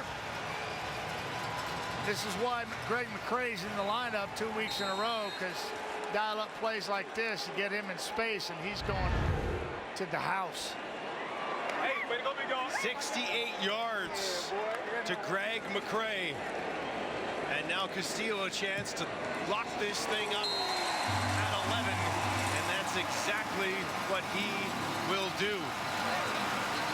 Just 2 plays, 73 yards, 32 seconds for the Bombers to tie this game. Yeah, McCray's going to come out here, kind of hustle like he's going to block, and then he's gone. Watch Zach Caleros, he'll pump it. Sell it a little bit. Gone. Dozier bit because his eyes are in the backfield. McCray's over the top, waits for the football to get there, and then puts on the afterburners. It's to the house. Greg McCray Second-year player from South Florida. Sold that block just enough, eh? Just a little bit. Big freeze. Excuse me. UCF, University of Central Florida. Don't want to make anybody mad down there. Central Florida product showing you he's got tools to be lethal up here. Man. Quick strike. That's what they needed. Get this crowd back into it right before half. Well, that goes for 68 yards. Prior to that, Zach only had 67 the entire game. Yeah. I mean, it's like that's the CFL, though. Big plays. Big plays makes a difference up here. Play things close to your vest. But Pierce opens it up, dials the right play, and Caleros delivers. We've got a good one. Friday Night Football on IG Field. Beautiful night. Just shy of 20 degrees. Packed house. Steele kicks this away. Taken by Allen. And he'll return it just outside the 30. Let's take another look at this big strike to McRae. Yeah, just another look. Just run a little fake hit screen out here. And Zach, little shoulder, little pump fake with the ball. His eyes are always to McRae. Looking at Dozier and what he does, and Dozier's looking at Zach. He bites on the hit screen. It's too late. Not going to catch that guy. They know how to do that. Used to celebrating here in Winnipeg. That feels better. O'Leary Orange in there, Schoen in there. Back to square one. Jake Mayer looking for an answer here late in the quarter. Dumps it over the back to his running back. And Bellamy takes a good pop. Yeah, and that Big Hill. Yeah, quarterback just not seeing it quick enough on the check down and kind of set his running back up. He's going to get pressure in the kitchen right here. Throws it off his back foot. Biggie says, now, seen that about 840 times. That didn't look very comfortable for Bellamy there, eh? Could be some rib problems there, too. 1 yard loss as the clock ticks down to the final minute of play in the first half. You hold him here, you got more chance for more points for your Winnipeg. Big play here for Calgary, trying to move the sticks. There, near side. Wow. Has a completion again. Wow. Clark Barnes, second of the game for him, and this is a big first down for Calgary. It's a big-time gutsy throw because he's not open when this ball is let go. Out of Jake's hand, watch him. He's looking casually. He sees it. Now just fire. This is the heater right there. He stepped into that one. Not a very tight spiral, but had a lot on it right in front of home. We had good coverage there, but that ball had to travel a long way and get there quickly. And big-time play moving the sticks here late in the half. First and 10 now for Calgary from their own 42. Empty backfield for Mayer this time. Far side. Not enough juice on that one. Falls in front of Michel. Indecision there. They had a halfback blitz on the backside here. Picked up nicely by the Calgary Stampeders. Jake knew it, so he had time, but you're still feeling it. You know, as a quarterback, your clock inside your head, you know it's going to be, you hope it's going to be picked up, and kind of rush things out the top of the play and didn't get it where he wanted it to. So second and 10 now.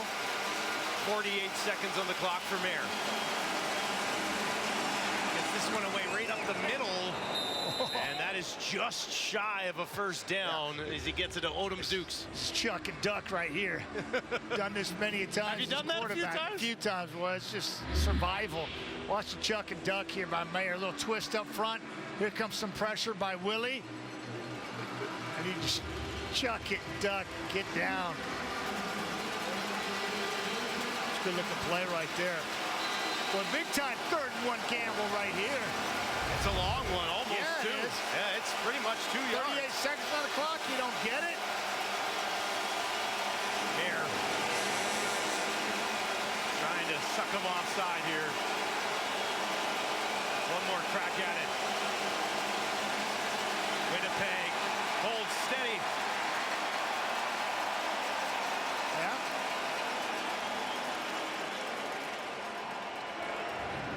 Time count violation. Crowd here at IG Field got going just a little bit, didn't they, buddy? Yeah. And you know, it's like, this is like a perfect stadium for the CFL. The atmosphere is incredible. Dusty, what did you say earlier? You'd like to take in a game here as a fan? I want to get to that rum hut. Canadian Club's right next to it. Bomber store's over there. That reminds me, I gotta go to that Bomber store, get some merchandise. My youngest son was born here. Pick him up a Bomber hat.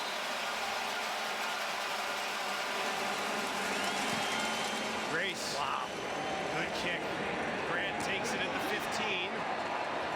Janarian Grant looking for some room on the far side of the field. Not taken down just yet. Finally.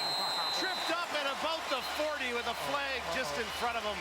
Excellent effort by Janarian Grant as well. Great crowd here tonight at IG Field, including one man, that man right there, Bobby DeBow. I met him at the airport today. First of all, killer name. Yeah, Bobby DeBow. It doesn't even sound real. Yeah. He's attempting a Guinness World Record, 9 CFL stadiums in 15 days. He's got this one. Then he's going to Hamilton. Okay. And then he's ending it in Vancouver, where he told me he's from. So. That sounds like a lot like your trip. Yeah, pretty much. It's a busy weekend. And our producers and directors and everybody doing this game seems to be going to Hamilton, out to BC. But that's incredible. Shellback Tavern, Manhattan, Beach, Florida? Is that what that said? Very cool thing to do, though. Yeah. 15 days, 9 stadiums. His liver's going to take a pounding. If you see Bobby DeBow on your travels this weekend, tell him you say hi. I'll hand it off to Brady Oliveira. Push ahead for just a couple as the clock ticks down here in the first half. Right. Bad start for Winnipeg, good finish, and just the opposite for Calgary. Other than that one explosive play by McCray, they had the Bombers right where they wanted them, and now we're starting back from square zero. Another 30 minutes of good football to be seen. I haven't seen a lot of Dietrich Mills in the second quarter as much as we saw in the What about Brady Oliveira? Yeah, Brady Oliveira has kind of been a non-factor in this offense so far. We'll go back to him again here. That's probably his best carry, actually, of the ball game as the first half comes to a close. Right back where we started. We are tied at 11. Pretty good football game, though. I like where this is heading. I agree. I think that's what Dusty's referring to back in the studio. Real football. Decent football game. And here, a lot of good defensive plays. A lot of, some explosive offensive plays, good special teams play, got a blocked punt, a couple nice returns, big hits. Great night for football, too, at IG Field here in Winnipeg. Zach Collaros, 8 of 10 for 135 yards and a touchdown. That's like a quarter play. Big E having a typical day. Big Hill's got 6 tackles. I like that haircut, though. Look at that. That's a thing of beauty right there. Would you pull that off? Could you pull that off, Dusty? No chance. I've had the same haircut for 40 years, man.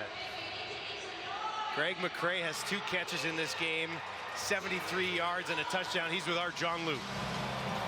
Greg, it's been a tough 6 quarters at home for the Bombers. What have defense has been throwing at you with BC and now Calgary that's made it such tough sledding?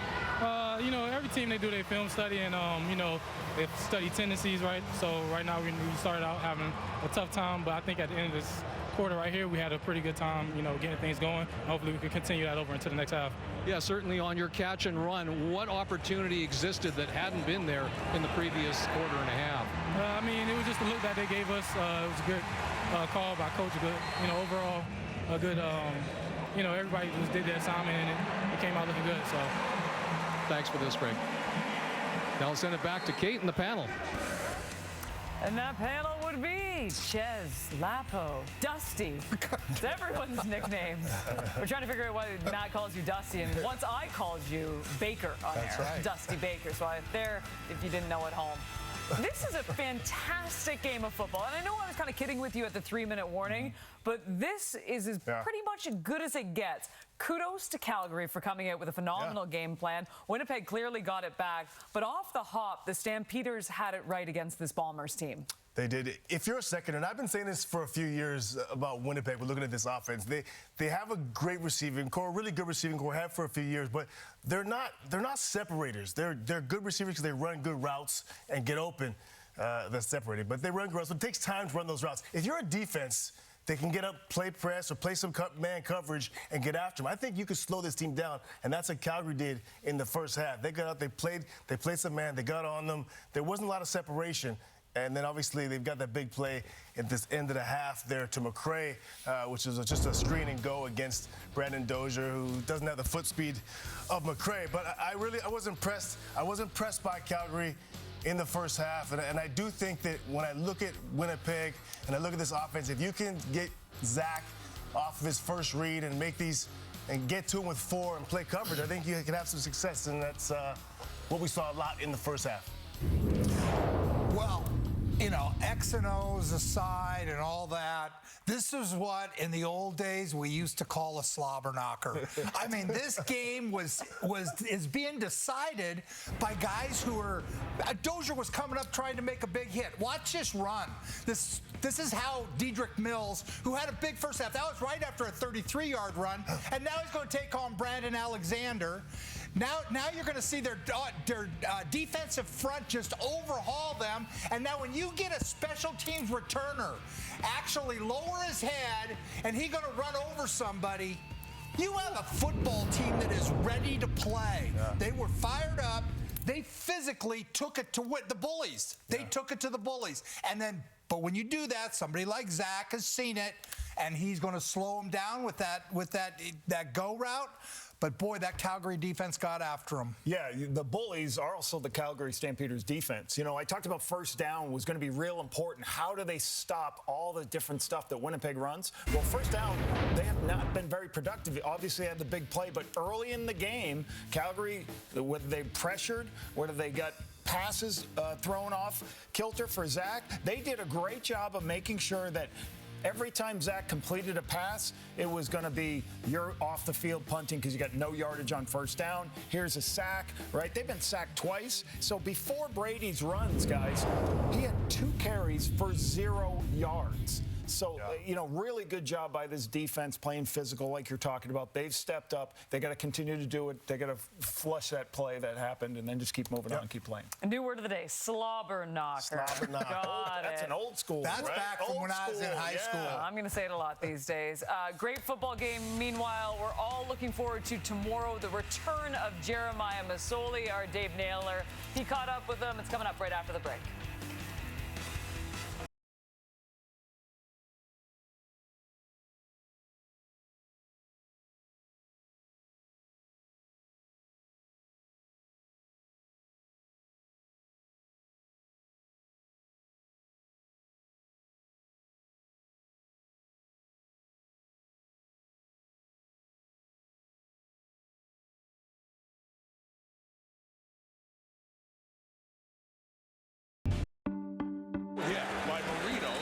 Mazzoli, who is down after throwing that pass. The scope of the injury he had, it was different. Then he had an infection that threw him back 2 to 3 months.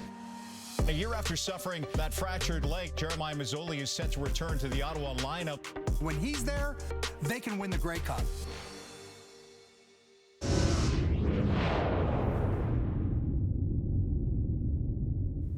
Even if you're not a fan of the Ottawa Red Blacks, you have to love the fact that tomorrow Jeremiah Masoli will return to the gridiron exactly 1 year after suffering a devastating leg injury against the Saskatchewan Roughriders. Our Dave Naylor was in the nation's capital this week, and today he caught up with Masoli ahead of his highly anticipated start. With Ottawa Red Blacks quarterback Jeremiah Mazzoli, who will be making his first start in 365 days on Saturday. What's it been like, Jeremiah, this week preparing for the return? It's been fun. It's been fun being able to get back out there, you know, and take the first team reps with the boys and just work on our craft and be able to, you know, game plan. You know, that's one of my favorite things about the position is being able to put a game plan together with Kahari and the rest of the coaches. And, yeah, like I said, it's been fun. Anticipating this for a while, so I'm just glad it's finally here. What has this journey back to playing been like? Yeah, it's been a bit of a roller coaster, just physically and mentally. You know, physically going through all that stuff early in the journey, but you know, even at the last kind of 5-10%, that's kind of the hardest part of the recovery, and it was for me as well. But mentally too, you know, just staying in it, staying positive. Definitely had some days there where it was hard, but you know, like I said, with my family and the organization, my teammates, they made it super easy for me to be myself. It's one thing to execute in practice. It's another when you know, you're actually out there doing it live for real and getting hit. So yeah, I'm looking forward to getting hit, honestly, and just kind of getting back in that football mode. I know that trying to decide on your time to return was a collective decision. Your voice very important in that. What was it about that you felt like, okay, this is now the time, I'm ready to go? You know, honestly, I had a lot of physical checkpoints and milestones that I was able to hit recently. So, you know, that also gave me peace of mind. But mentally, yeah, I think the biggest thing was just mentally being able to go out there and not think about the leg and think about this or that. Just being able to play football at a high level and not think about it. You're making your return in Hamilton, a city you know very well. And what will it mean to have your wife and kids with you in the stadium that day? It means a lot. You know, I definitely spent a lot of time there. You know, my kids were born over there. It'll mean a lot to have them back with me as I return to play. Like I said, they were the biggest part of me coming back and having a successful recovery. So just to be able to perform in front of them, and I just thank God for that. Well, it should be a great one in Hamilton tomorrow. Ottawa traveling to meet the Tiger Cats. You can see it 7 Eastern, 4 Pacific. In the meantime, we still have a game to be played in Winnipeg tonight. A great game so far, 11-11. Calgary has lost 6 straight trips to IG Field. Will tonight be the night, or will Jim's lock come through?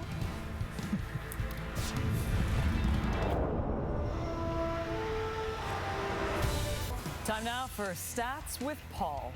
Second time at home for the Bombers offense, struggling at the half, guys. Winnipeg, only 5 first downs. Winnipeg, 17 rushing yards, right? Time of possession, look at what Calgary's done, really good. I'll tell you, let's see how the Bombers respond in this. It's going to be a slobber knocker in the second half. Listen to Paul, kids. He knows what he's talking about when it comes to the CFL. Who's Paul? I don't know. I've never called Lapo Paul in my life, so I just thought it'd be something new. You like it, Paul? Sure. Cool.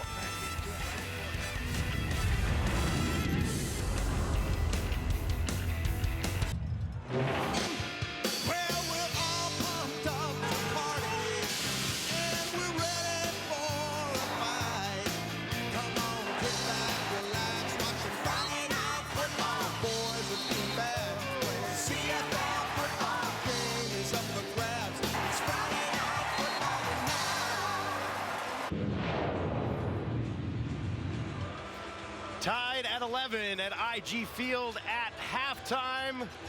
Dedrick Mills, first half star with our John Luke. Dedrick, what was your offensive line able to take advantage of that created so many holes for you in that first half? They're just able to take advantage of I mean, they're just them like not being able to like pretty much run. Their run stop defense is not like, you know what I mean. I feel like they're pretty good on defense, but the run stop is not like what I expected. And the O-line, they doing a pretty good job of just open up holes and let me run through them. Coming out of the bye, how much did that first half measure up to what you expected or anticipated from your club? It anticipated, and I expected all that because the week we had at practice, the things they showed me, the things they did at practice, and we came out here and doing the same thing in the game. So I'm enjoying it. I love running the ball behind the line. Thanks for this, teacher. 10 carries, 85 yards, and a touchdown for Mills. They'll roll this one down to Grant, who takes it at the 25. Grant makes one-man miss, trying to find some room, but Calgary's there to smother him right about the Winnipeg 45. And Zach Collaros trots out for the second half. Yeah, an explosive play right before half. Got him right back into it and kind of settled them down. I think halftime adjustments are going to be huge for both these football teams. And it's not what the coaches know, because they'll make the adjustments. What the players know and can do on the football field in the next 30 minutes. 2 veteran coaching staffs, right? So the adjustments should not be a problem. Interested to see the back and forth here as we settle in for third quarter action. Thank you very much for joining us. 3 options to the right here for Collaros. He's going to hand that off to Brady Oliveira. And Calgary, once again, a pretty good stop on first down. Here's a big play from late in that second quarter. Yeah, a little block punt here. Just got his fingers on it. then Zach Collaros, little pump fake over the top. And it's all speed after that. Game's all tied up. Greg McCray, UCF, finding the end zone. 68 on that touchdown, 73.5. He leads all players in receiving yards. You say Mills has 10 for 85? Yes. Wow. Not bad. 3 to the left, 3 to the right. Collaros goes to the right. Bailey got it just in time, and it's just enough for a first down for Winnipeg. Yeah, right in front of Trey Roberson, who was closing quickly. And Zach, if he didn't get it out there quickly, his receiver really wasn't working back to the ball too much, kind of waiting for it because he was right at the sticks. Went up and got it. Good football play there on both ends. I'd like to see that receiver work back to it, Rashid, just a little bit more. Give the quarterback a little more help. Confidence next time the ball's coming your way. Collaros this time out to his right, gets it away just in time, but it falls. Incomplete. He was hit as he let it go. Julian Hauser right in his face. Yeah, he was. And Zach, because of that pressure by Julian Hauser, Julian's just off the edge and really never got blocked, redirected, and then found him someone number 8, forced to throw, or Zach just kind of dumped it out in the middle of nowhere in the secondary, which is not bad because he really didn't have time to put anything on that. Thanks to Julian Hauser, 5th-year player for Clarion. 2nd and 10 on the Winnipeg 46. Collaros, more time again, and looking for Wolotarski. There's 3 Stampeders in the area. Collaros is asking for maybe a pass interference call. It doesn't look like one will be coming. That's 2 plays in a row that he's just kind of thrown it to nowhere. And that time he's looking for some PI, and not getting any love from the sidelines or the officials. Not unlike their start to the game for Winnipeg offensively. Jamison Sheehan, to see what he's got. He'll let this go from the 35. But Allen takes it just outside his own 15. Allen right up the middle, upended at the 30. Brian Cole, who blocked that punt earlier, makes a special teams tackle there. Dedrick Mills closing in on 100 yards. Find out if he gets there. Don't go anywhere. Welcome back to Winnipeg. No Kadeem Carey for Calgary since pretty much the beginning of the season. But Dedrick Mills has picked up right where Carey would have left off. Yeah, and that's been the story offensively for this football team, is controlling that line of scrimmage. And really a few catches here and there by Reggie Bagleton and Markham Michelle. It's been that man's show. Dedrick Mills with that offensive line doing the heavy work up front. Calgary 4th in the league in rushing per game, 108 yards. This time he's wrapped up and taken down immediately by Ricky Walker Jr. Yeah, really nice scrape by Ricky down the line of scrimmage to limit that gain. And looking at these 2 running backs, Brady and Dedrick, it's pretty even. I mean, just about a 7 yards difference right here in the middle there. And that is about it. Mills, the more impactful performance so far tonight, but lots of football to go. You got it. At IG Field. 4 options wide right from Mayer. He'll get a quick reset here. Mills to his left, and out there one-on-one is Michelle to Mayer's left as well. Now Mayer escapes the pocket, throws that ball, waiting for a whistle, making sure it wasn't a fumble. And the Bombers, Willie Jefferson, is going to say he was down before he embraces the official tonight, Tim Croker. Yeah, he's right in this area right here, and he's in a 3-point. Line up right over the left guard. Got his eyes in the backfield and then tracks him. And that little clock in Jake's head said, abort, abort. Got rid of the ball just in time before 5 got there.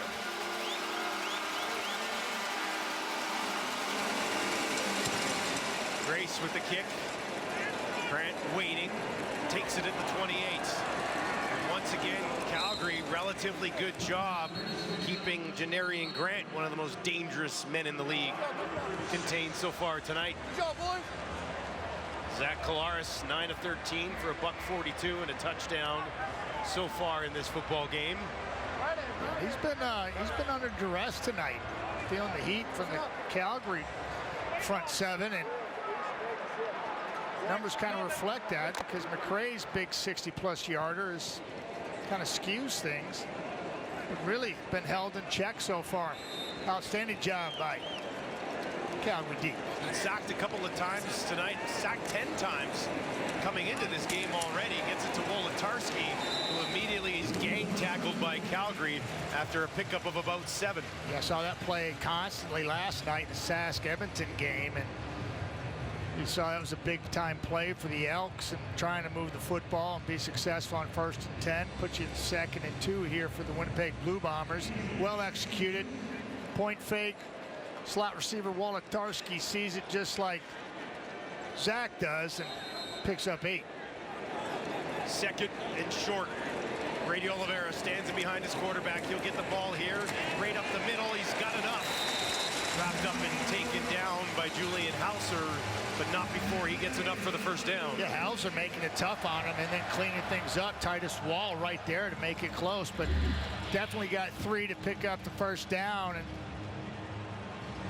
Bailey just throwing a no-hitter right there. Just doesn't want to get caught up with the big boys and says, no, I'm not going to stick my head in there. I'm going to go around the outside. That's why Brady took a couple extra hits in the middle there because he couldn't get there in time. 4 receivers to the right for Collaros. Has a ton of time. Looks deep down the field. Just out of the hands of Dalton Schoen, who's stuck in behind the defense. Couldn't haul it in.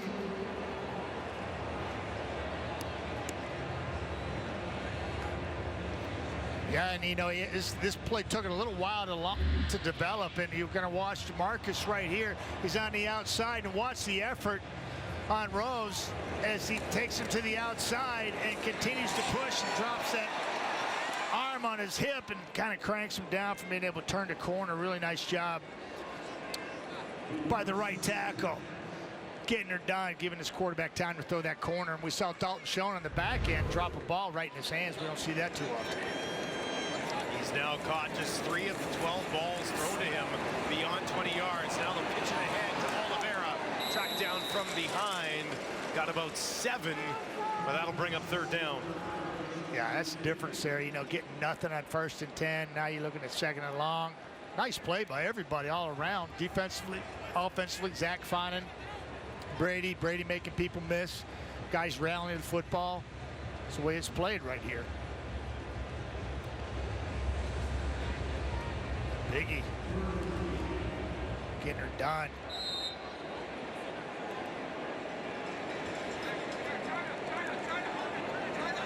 Allen waits for this back on his own 10. Jamison Sheen drills this one low. Look at that. Look at that. Spinning in. Allen, a good job to pick it up. And now he'll bring it back out to the 20. Decent little return there for the Calgary Stampeders. It's been a tough couple of weeks for Adam Bighill. Nice game tonight. We'll have more on that when we return.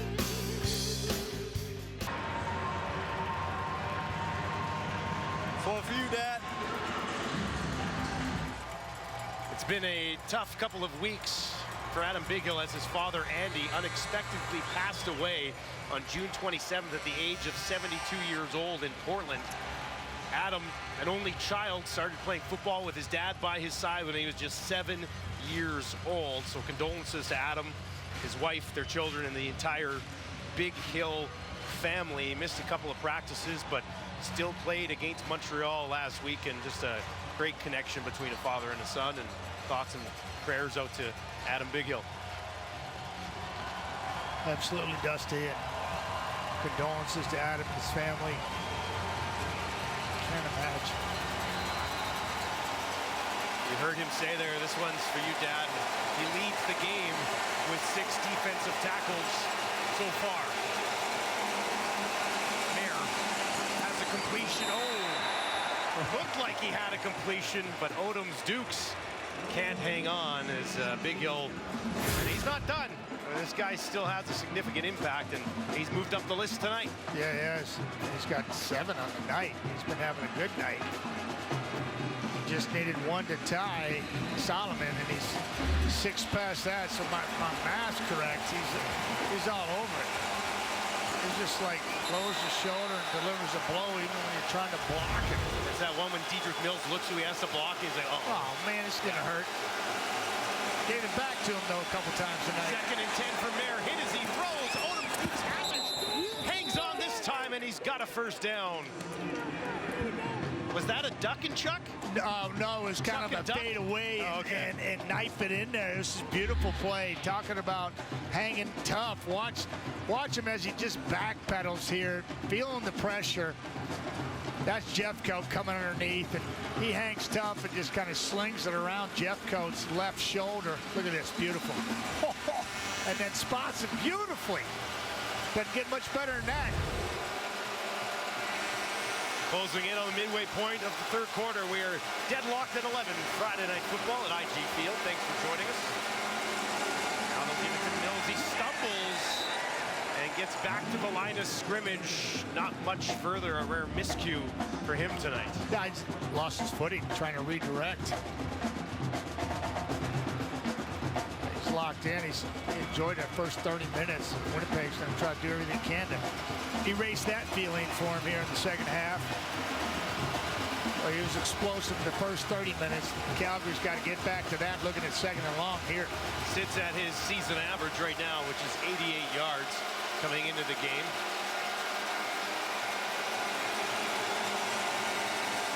Michelle over to the right of Jake Mayer. Going to throw to the right. And that one not held on to again. It was Odom's Dukes. 2nd time on this drive that he couldn't haul it in. Yeah, you just got to go to the sidelines, regroup, and I'm a quarterback. I'm going over there, patting him on the back and saying, hey, you got this, come on.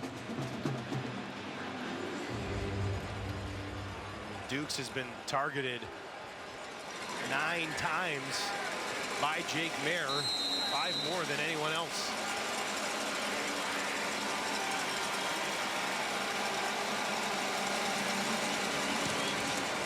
Grace boots it away. Grant slides over to his left, takes it cleanly.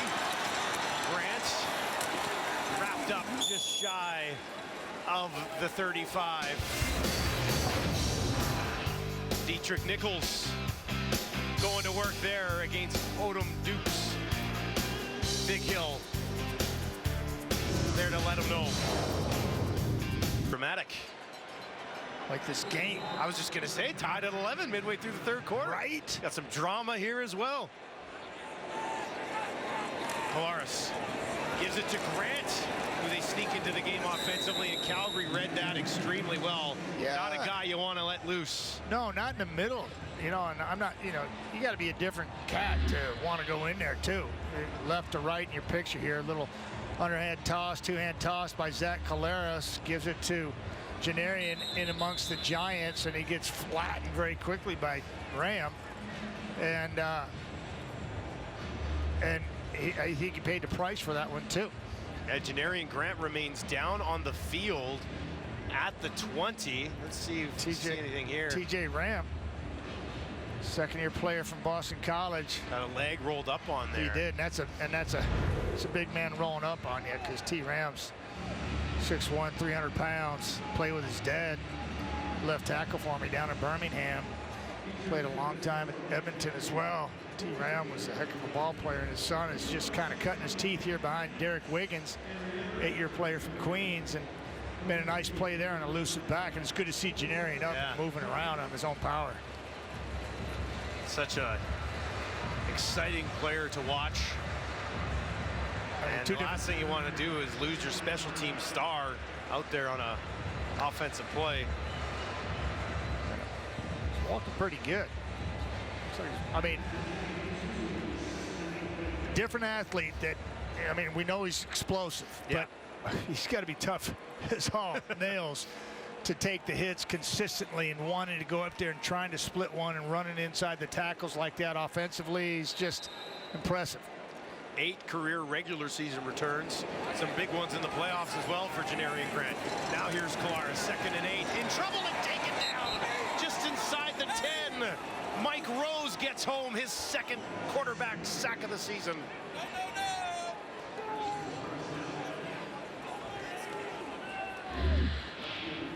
Yeah, Mike is right here, and he's going to go out and around. He's going to come this way and get to Zach.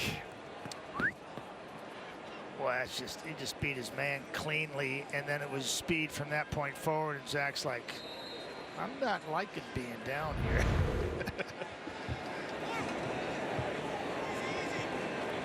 Sheen standing in his own end zone.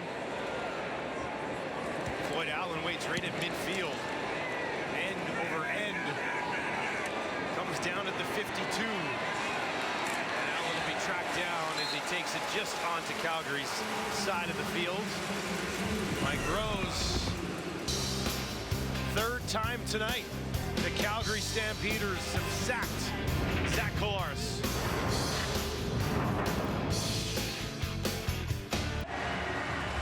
Calgary Stampeders coming into this game off a bye week, which their quarterback tried to make the most of. Let's send it down to John Luke.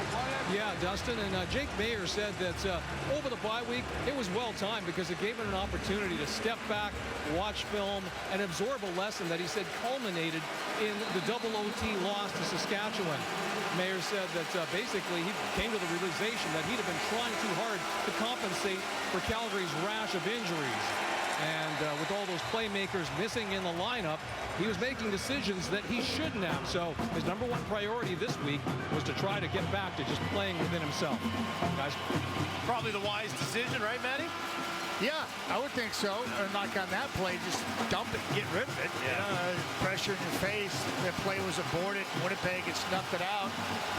Got Darius Williams in his face, and rather than throw a pick, throw it away and work for 2nd and 10. Crowded IG Field trying to get behind this Bombers defense at midfield against Calgary. 2nd and 10 for Mayer. Intercepted! DeMario Houston's 3rd of the year. How about that? He'll take it back to midfield where he's wrapped up and taken down.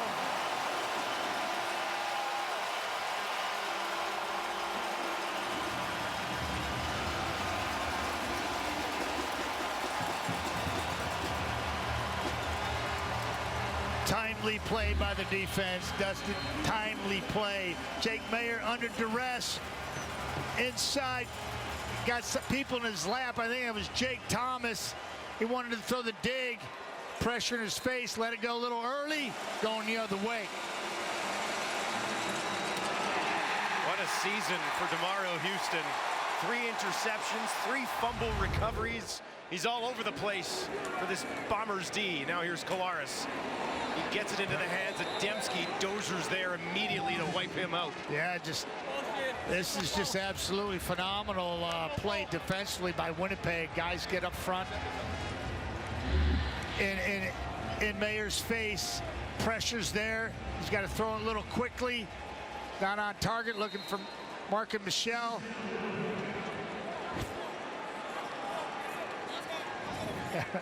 Begging for a little call. Not going to get that one. Damage has been done. 2nd and 11.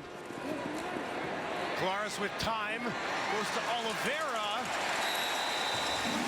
And he is great at the 1st down marker. Might be marked just shy of it. About a foot shy. Yeah, I like this. You know, Zach Collaros looking for a curl run his right side. Came back to Brady. Brady's going to check down over to Zach's left side. Zach's going to look right. You can watch it. He's going to look over here first. Then he finds Brady sitting down right there. And then Brady does the rest, gets him in 3rd and short. Prukop called into action for the first time tonight.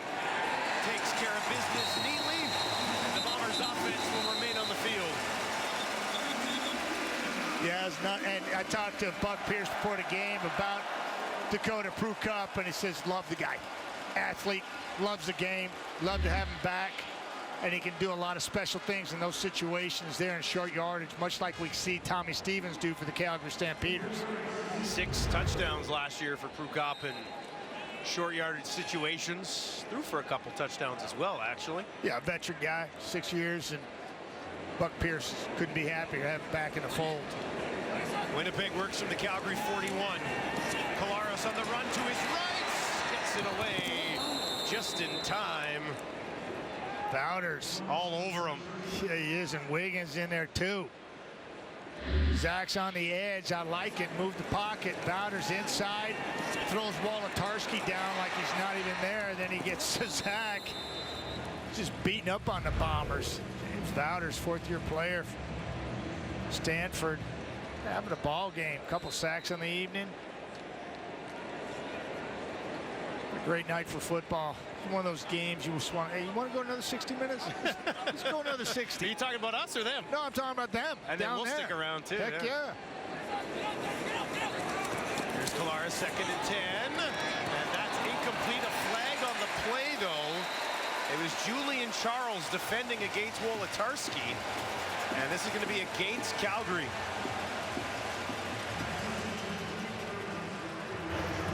Pass interference. Calgary, number 27. Automatic first down. Yeah, here it is. There's a matchup. These two cats right here. Wolotarski drives up and he kind of gets banged at the top of the route. Double move. Ooh. Hits him right there. Ball's out, nowhere close to Wolotarski. And he thinks he's got a clean play. Can't believe the flag's at his feet. And Winnipeg picks up a first down, keeps the drive alive. Just gonna let that one lay there, man. Not gonna touch that. It's a moot point, but tough call against Calgary. Collaros fakes the handoff, sits in the pocket, near side. Schoen's got it for a first down, and Winnipeg's inside the red zone. Yeah, Dalton Schoen going to work with a comeback route on Trey Roberson. Zach's got time here, which he hasn't had a lot of tonight. But he's got time here. Watch Dalton Schoen go to work. Inside. Let's go. I'm going deep. No, I'm not. I'm going to come back. That's just all day, every day you're running routes like that. That's how it's done right there. Pitching and catching. Great route. First trip to the red zone for Winnipeg this evening comes late in the third quarter. Can they finish here? Collaros finds a man. Rasheed Bailey walks to the house. Touchdown, Winnipeg.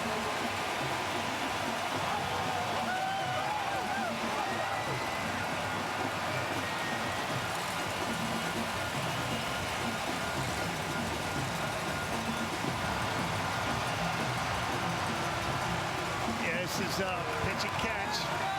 Little deception. Rasheed Bailey, much like a Nick Dembski, very versatile athlete, coming across formation, point fake, dumping out to him in space. Everybody else running go routes, get their man off of him. It's a walk-in for Rasheed. Anybody have him in anytime touchdown back in Studio 6? I don't think I heard his name come up. It's the second touchdown of the season. Yeah. He had 9 last year. Yeah, really hadn't seen a lot of balls come his way. He's happy to take that one. Castile punches the extra point through. And the Winnipeg Blue Bombers are on top. 18-11, a 7-play, 54-yard drive that took just 2 minutes and 57 seconds. Yeah, well-designed. Rasheed's going to come over here and he's going to get the football out in that area. A little point fake on the inside with Brady Oliveira and Zach Collaros. There it is. Defense draws in. Julian Hauser comes out and around. Zach's got a pretty clean picture to Rasheed. Just flips it out there, and it's a walk-in from here. That's just too easy. Yeah, well executed. Big time help there by the officials on the call against Trey Roberson. Extended that drive, and instead of 3 points, they capitalized in the red zone. Took the lead. Everybody's happy if you're a Bomber fan. Stamps one time led this game 11-1. It's been 17 straight points for the Winnipeg Blue Bombers. This has got to find some magic here, maybe on these special teams right here. I really like what I've seen in Floyd Allen.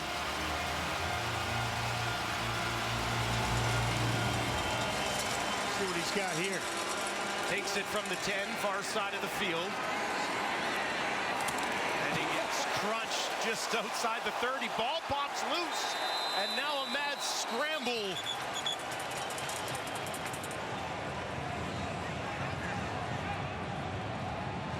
And they're going to say it's Bombers' ball. But was he down? We'll get a look at this. Oh, yeah. You know, the Stampeders are looking for a special teams play. If you're a Bombers fan, you got one. Right to left. You're gonna they collide same time. Hallett's there, who's always around the football. Brian Cole was in the mix as well. Yeah, you've called his name several times tonight. We'll see if Allen's down. Tough to see there. Get another picture. You see the ball roll on the ground, but it looked like he might have been down. Like, did the ground? Yeah, there's Hallett. Look at Hallett getting behind that, underneath that block. He was. Yeah, looks like his arm and the tip of the ball. The previous play is under review by the command center. And then it came out. Yeah.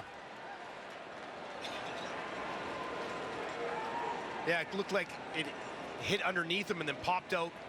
Yeah, and Brian Cole looks like he was trying to rip at it right there. You can see his right arm ripping at the ball. Does it come out before he gets down there? Oh, it looks like it's moving just maybe. Well, that's going to be tight. But the call on the field is a fumble. I have to get a pretty good look at it. Yeah. It looked to me like he was down. Yeah. But you make a good point on Cole trying to. Yeah, looks like he had his right arm in there ripping it out, but it was really almost simultaneously with the ball hitting the ground that the ball started moving. What a game for this guy, though. For Cole earning his spot on special teams here with Winnipeg. Yeah, he's been all over the place. And there's all right, let's find out the ruling on this one. After review by command center, it's determined that the Calgary returner was down by contact at the 33-yard line. First down, Calgary. So he was indeed down. Yeah. And a huge moment in this football game gets flipped over. Really a close play right there. That could have been nailed the coffin possibly for the Stamps at the end of this third quarter, falling behind with good field position from Winnipeg, but caught a break there. Brown caused a fumble. Good effort by Brian Cole, Hallett, and company. Those guys are all over the team's unit. Jake Mayer now facing a deficit for the first time in this football game. What's he got for us? Pressure in his face is what he's got, and he has a completion as he puts it out there, and Reggie Begelton goes and gets it. Yeah, he's talking about seeing it clearly here. He loved the play call. He's confident in the throw. The ball was thrown before Begelton was out of his cut. Watch this. Boom, give it to him. Stick it on him. But Reggie had to snap his head and then locate the ball. Basically just an athletic catch because that ball was out quick way before he was out of his break because he had heat in the kitchen. Good play all around. Third catch of the game for Begelton. Fresh set of downs for Calgary. Mayer throwing again with time this time. He's got Begelton again, another big one as he takes it down inside the 45. Yeah, you can really see Jake Mayer getting into a rhythm here. Watch this throw. It's going to be beautiful. Right to left. He's going to throw the football in a quick post. Snap it in there. Not a big window over the top of Biggie. Oh, that's a nice ball. But he's in a rhythm now. See if he can keep her going. Right in front of Aboudarami Soare. Beautiful pass from Jake Mayer. Back-to-back big ones for Begelton. Now they'll go back on the ground to Mills. Picks his way ahead for about 3 yards on that first down carry. So second and manageable for the Calgary Stampeders, who look to put together some type of response after Winnipeg has scored 17 points in a row. And they're putting together a drive. Sure are. As we get set for fourth quarter action at IG Field. Don't go anywhere. We've got a great finish to Friday Night Football coming up next on TSN.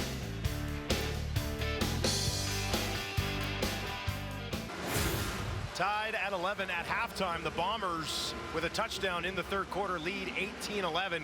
Points off turnovers. The difference is DeMario Houston has that interception and Winnipeg takes advantage. Yeah, I credit that D-line for getting in Jake Mayer's face and forcing that interception. Aaron throwing. Then Houston did the rest in the back end, getting his third of the season, and the Bombers took full advantage. Plus had a little help from the referees on a questionable call, pass interference. They kept that drive alive, but they got in the red zone and made it look easy from there as Rasheed Bailey found the end zone on a great play call by Buck Pierce, their offensive coordinator, and his easy pickings for Zach Collaros. But boy, you talk about a response drive. Jake Mayer's putting together one right here.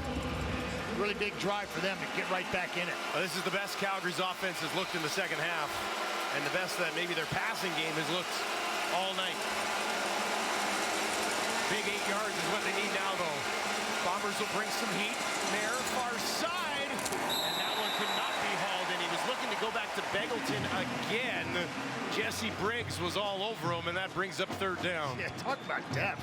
I mean, just throwing Jesse Briggs there, and and just covering Reggie Beggleton, and he's all over him. He's going to run a little out here.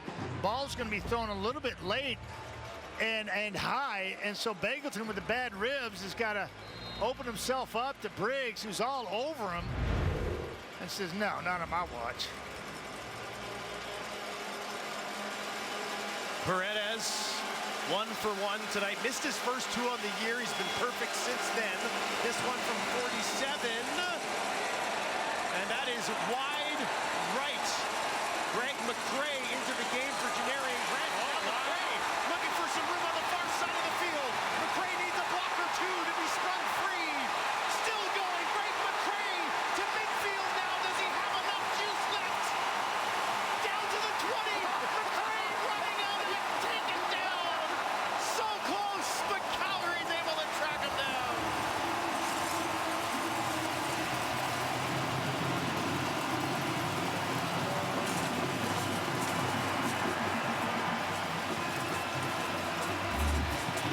Just like that, Paredes, who's been money since missing the first 2 in week 1, misses that one. McCray sets up his blocks, jukes our way, then he's off to the races, picks up some blocks downfield. He gets to about the 55-yard line, center field, and just runs out of juice. You see his legs go there, and now he's just serpentining, trying to find some help. He says, screw it, I'm going down. I thought he might have had him to the outside. He had no juice left in the tank, man. He was out of gas. A 103-yard return from McCray has the Bombers back inside the red zone. And they'll get it to Bailey. Stays on his feet, then gets popped out of bounds. Well, you can tell the sense of urgency by the Stampeders defense, just flying and rallying to the football in that 1st and 10 play. Brandon Dozier all over that initially, missed the tackle. Bailey broke that, then the posse came behind him, forced him out of bounds for a minimal gain, trying to limit the damage right here if you're the Calgary Stampeders on the flipping the script here in the field position. Bombers giving up points. Next thing you know, they're close to scoring some themselves. McCray with his best Janarian Grant impression on that 102-yard return. Now here's Collaros towards the corner for Schoen, and it's incomplete. Schoen working there in tight coverage against Dozier and couldn't haul it in, and that'll bring up third down and limit the damage for the Stampeders. What happens here is he's running a corner, but the DB is over the top, and so what Zach needs to do is he needs to bring him back here a little bit closer to the sidelines, but he throws it in the back corner of the end zone. DB is high on him right here. You got to bring him back into that spot over there. You can't lift it because the DB's in position, and Zach knows it. Yeah, you'd like to have that one back, but when you talk about flipping the script here, now you're looking at Sergio. A minute later, after Calgary looks like they're going to put points on the board, Sergio's got a chip shot for 3. Castillo to make the lead 10. Chip shot from 17. And he knocks it through, no problem. Winnipeg puts 3 more on the board, and it was started by that man, Greg McCray, who had a huge touchdown in the first half. An even bigger return here early in the fourth quarter. Just ran out of gas, or it would have been the house call.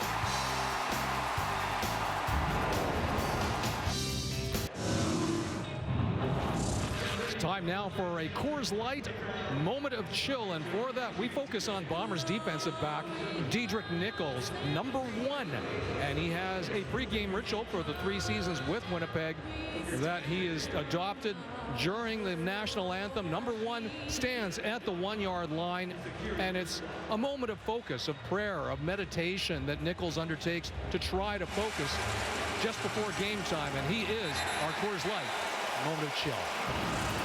Whatever works. It doesn't work for me. The rest of the team's over here. Oh, I thought you were going to say Coors Light didn't work for you. I know that's not a fact.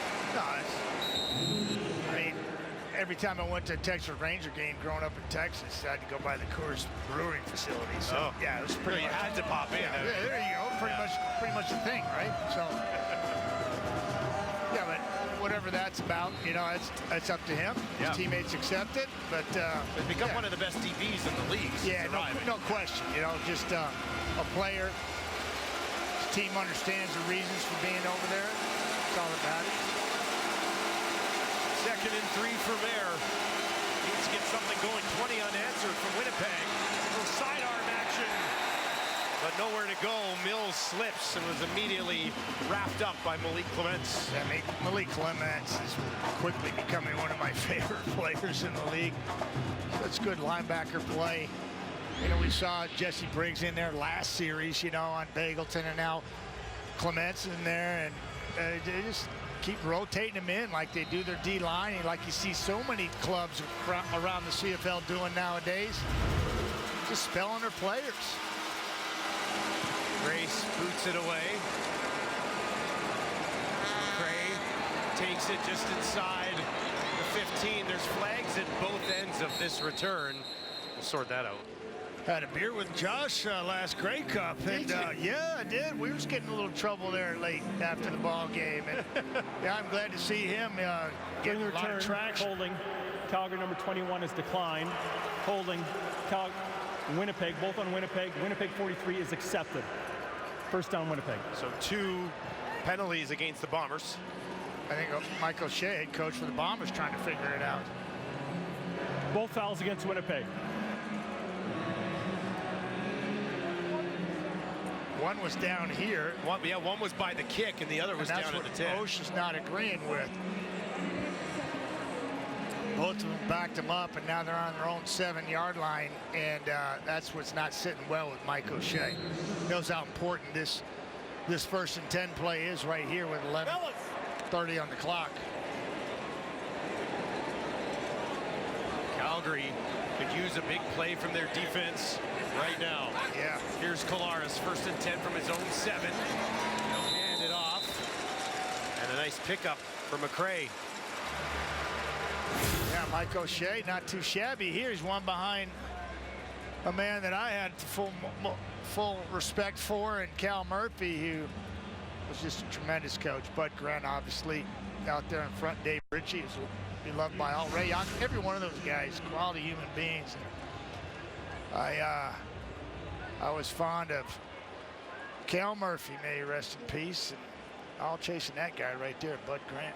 And O'Shea's not going anywhere anytime soon. Right, and he's closing in on him. It was a auspicious start for Mike his first couple of years. You know, going 5 and 13, and got a little bit better the next year, and a little bit better the next year, and bring in a quarterback. Then they found number 8, and things go crazy here. And they hardly ever lose. 27 and 3 in their last 30 at home. One of those losses in their last game at home against the BC Lions. They'll hand it off again. Brady Oliveira pushes ahead for a very important 1st down for Winnipeg. Looks like he's got it. Yeah, he's still fighting. Whistles are blowing. He's still fighting. I think he says, give me more touches. McCray had that 1st and 10 run of 7, and then they pound Brady right behind it on 2nd and 3, and he picks up some hard yards. Look at him pounding those legs. Tell you what, he got a lot of people's attention with what he does away from the game, and that's finding the lost dogs and dogs that are on their own and replacing within the community. And well, there's a big need for that. Brady Oliveira has found it and filled that void, and really seamlessly taken over for a Hall of Famer Andrew Harris over the last couple seasons.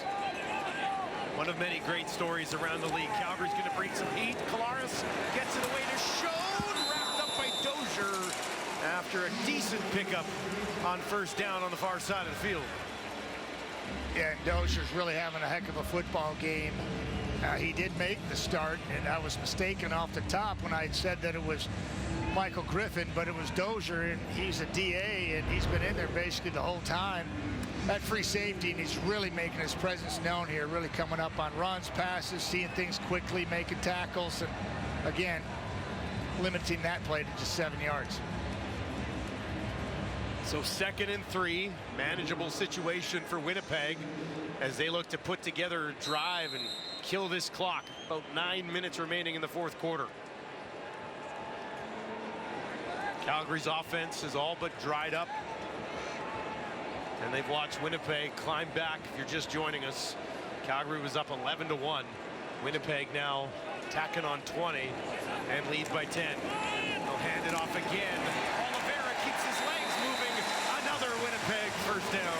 I mean, there's a hole there, but he's got to make his own hole too and break tackles here at the line of scrimmage. And then once he does that, boom, he picks up that first down off the left side behind Stanley Bryant. He kicks out Bowders. Bowders is done. Gray's got his man. Brady breaks the tackle and move the sticks. Just that easy. Little Brady ball right here in the 4th quarter. Calgary looking to get this Winnipeg offense off the field.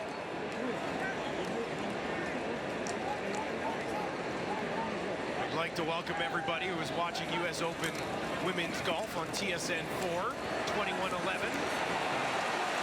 Bombers lead, they get it to Bailey. Bailey with a big chunk before he's taken down, and some extracurriculars on the far sideline.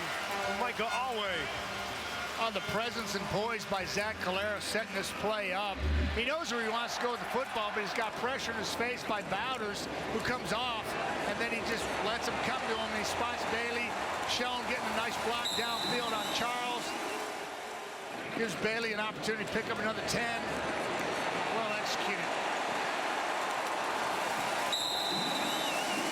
Micah Alway finishing strong as he always does. A little nasty coming out too. I love it. Texas Tech product. Playing nasty. Playing pissed off. As he should be, down 10. Being outscored 20-1 last 3 quarters. 40 receiving yards for Bailey tonight. There's another carry for Oliveira. He dives forward awfully close to a Winnipeg first down. Looks like they're going to mark it 2nd and about a foot. A chance for him to pound it. Little Brady ball here, right? Watch Patrick Neufeld, veteran. Right guard. Watch him move. Slides his feet, gets his butt in the hole. So what you got to do, got to move your feet. He beat Wiggins on that one.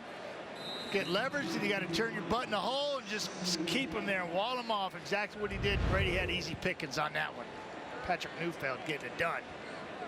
Bombers run game installed most of the night, but with a chance to seal this thing away, and cranked it up a notch. Now Prukop into the game looking for the first down, and he's got it.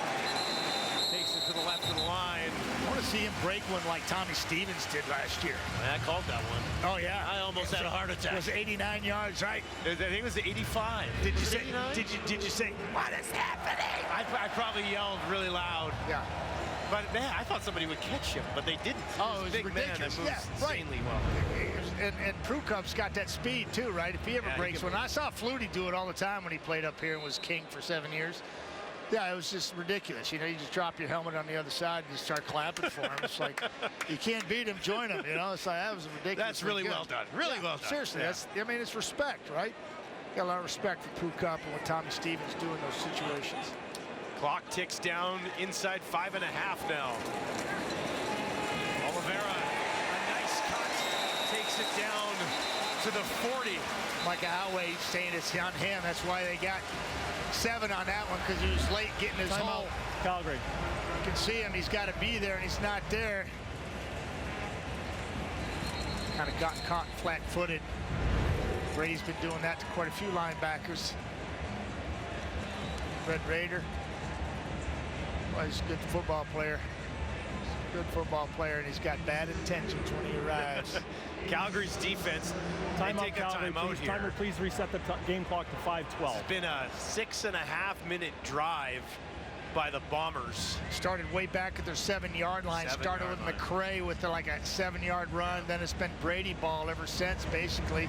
Couple please pass reset the plays. clock to 5:16. 5:16. Thank you. What a nice player McCray is, though, right? Takes him into the running game. He had a 68-yard touchdown, 102-yard return. Sees his opportunity. Sees his opportunity last week and said, "Coaches, don't take me off the roster." You know, I saw glimpses of it last year too. He had that one big game, for sure. Touchdown. And then you have to have the ability as an offensive coordinator and staff to use them properly. I mean, and that's what they've been doing. I mean, I'm not going to name names, but sometimes you see big receivers catch a little swing pass or a hit screen, and they can't move quickly. That's not their game. And it's not their game. It's not being utilized properly. And so I think McCray's been utilized really well in this Winnipeg offense, and it showed for him here this evening. This field goal return is pretty good, too. That was pretty good. Back to Oliveira again. A huge hole, and he takes advantage down inside the 25. He's going after Dietrich Mills. Don't forget about me. Yeah. Coming downhill, baby. Press it and hit that hole. Oh, my God. He just undresses Brandon Dozier. Like blew 2 ACLs on that attempted tackle. Just broke him down. I mean, what do? You got 220 pounds coming right downhill at you with a full head of steam, and you know he's not shy from contact, and he got the best of Brandon Dozier on that play, and Brandon Dozier's a heck of a football player.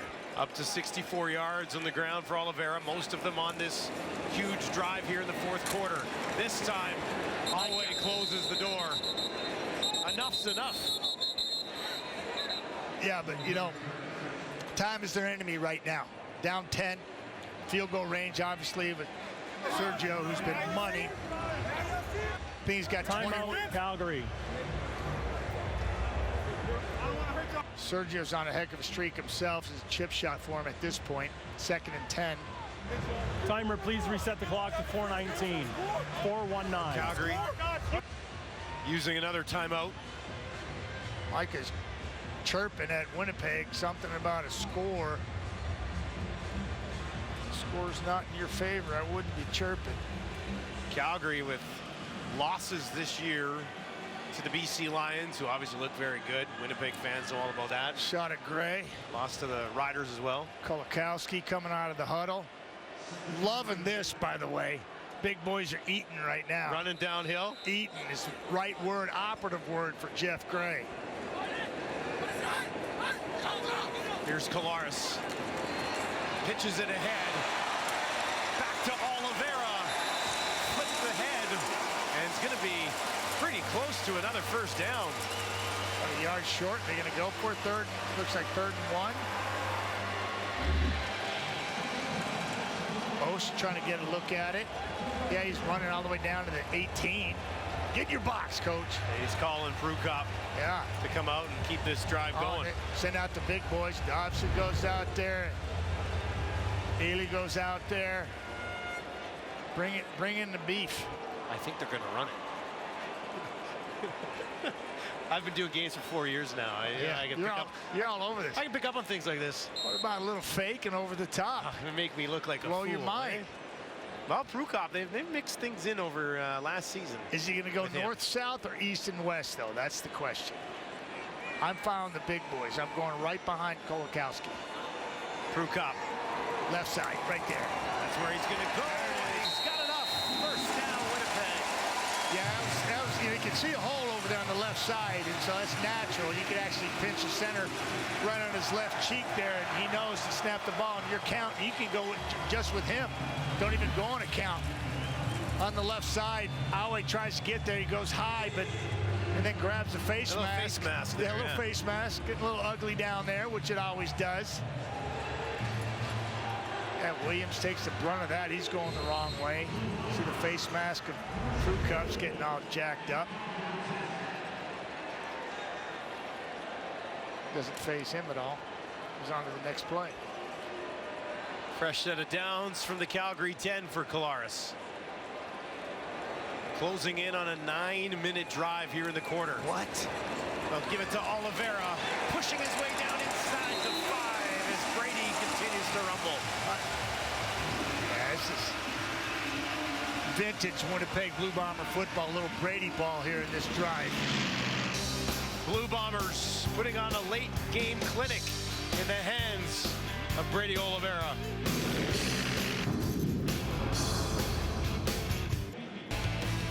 CFL on TSN continues with Week 5 action tomorrow as the Red Blacks and Tiger Cats go head-to-head at 7 Eastern, 4 Pacific. The action continues all weekend, only on TSN. We're about halfway there in Week 5. Yeah, loving this season. Looking forward to the return of that man, Jeremiah Masoli, in his old backyard at Tim Hortons Field, going against some of his old teammates. Been a year since we've seen Masoli slinging it around. Prukop in the game with 2 minutes and 20 seconds left. Working on second down. Prukop with the keeper wrapped up immediately, though, by Wall, and might have got a yard on the play. Wow. A little trickery there. And now they'll bring Castillo out for the field goal. Back lead. Follow Oliveira. That was going nowhere because he had outside contain. He had Wall, Titus Wall, coming in from the inside. Well played by Stamps. Brady Oliveira on this drive. 7 carries, 53 yards, and 8 yards through the air as well. Mr. Everything on a game sealer from the Bombers. Yeah. He's tired of hearing about Dietrich Mills. 15th play of the drive is chipped home from 12 yards from Castillo. A 9-minute and 45-second drive. Stalled here, and they settled for 3, but what worked by the Bombers?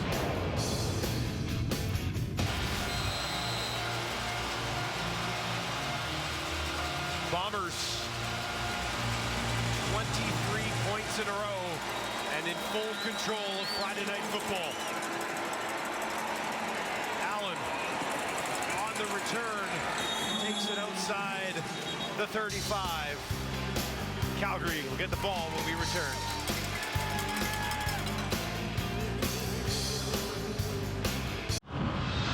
Welcome back to IG Field in Winnipeg, everyone, and this is a pretty cool thing that the Bombers have done. You'll see the names of all the season ticket holders all put together. Wow. That's crazy. That's pretty cool. I like that, yeah. We got a few games going back quite a ways. We drove from Alberta to see our Bombers.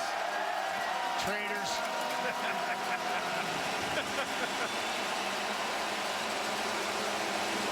Stevens into the game at quarterback for Calgary. Big fella moves out to his right on the run. And he'll take it just outside the 42. Big Hill forces him out. So Stevens will wrap this thing up. Talking about Biggie was on his horse chasing Big Tommy Stevens. Couldn't get him.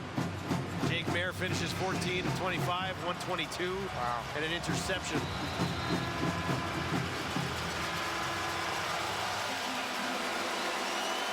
Calgary on the verge of starting the season 1-3. Yeah, so much for bouncing back after a loss.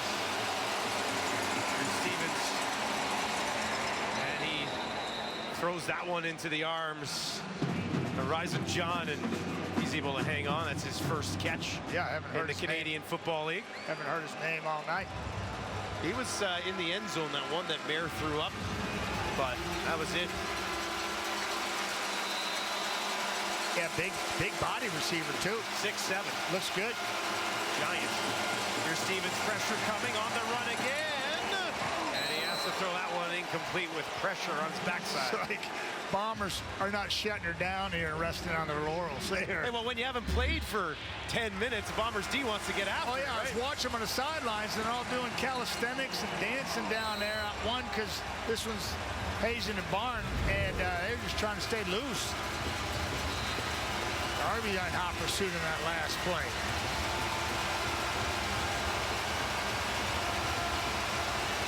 Winnipeg so good at home for such a long time now, giving their fans an answer after the loss to BC a couple of weeks ago. Stevens under pressure, now looks down the field, too high, too much for Michel, and he couldn't hang on. Couldn't get his hands on it. Just one catch in his return to the Calgary Stampeders. You know, I haven't seen Tommy Stevens play too much football, obviously, because he's just a short yardage guy, basically, to this point. We've seen his athletic ability in those situations, but I see his arm strength coming out here tonight. I mean, that ball was a good 45 yards on a rope.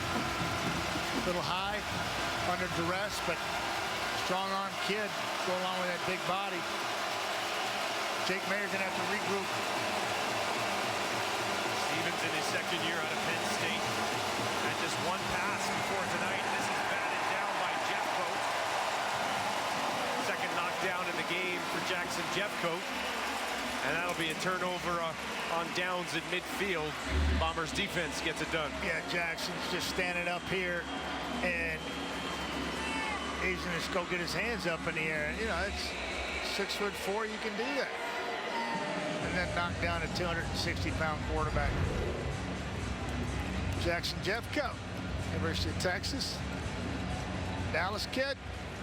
His dad played for the Cowboys. Lived about 2.5 blocks away from that practice field. Really? Went up there and saw Jeffcoat, Too Tall, and Randy, and Roger all the time watching practice, man. It was a lot of fun.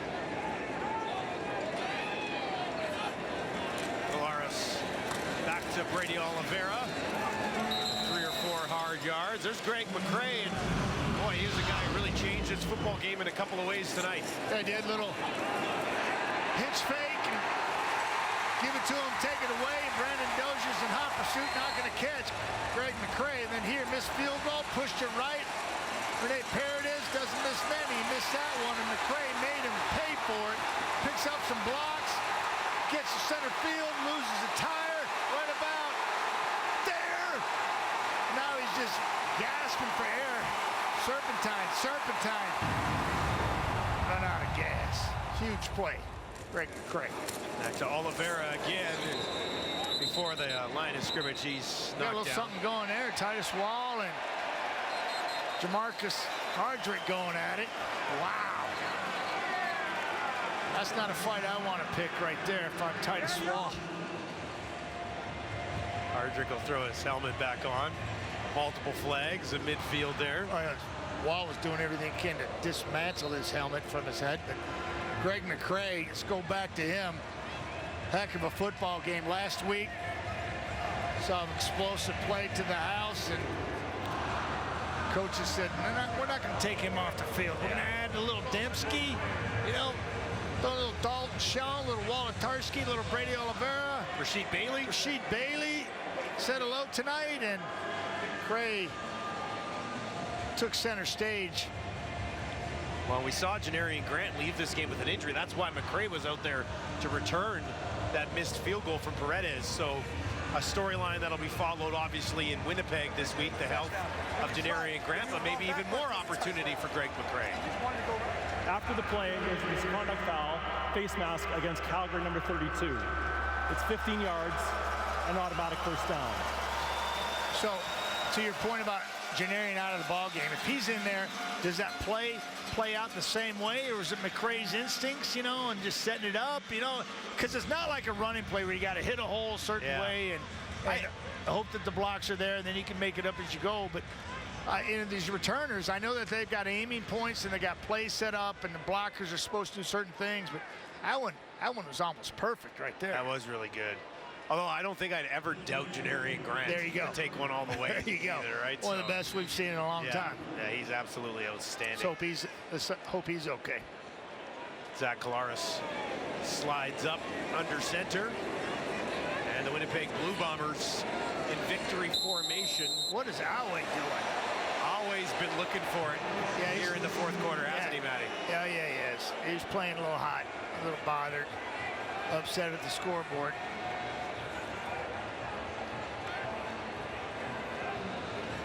Where's Calgary go from here? A 1-3 start. They go back to the doctors. Yeah, they try to get healthy. Yeah, and they go to Regina, where they've already played the Riders just a couple of weeks ago. Yeah, and lost in overtime in a really tough way to lose, throwing a pick in OT.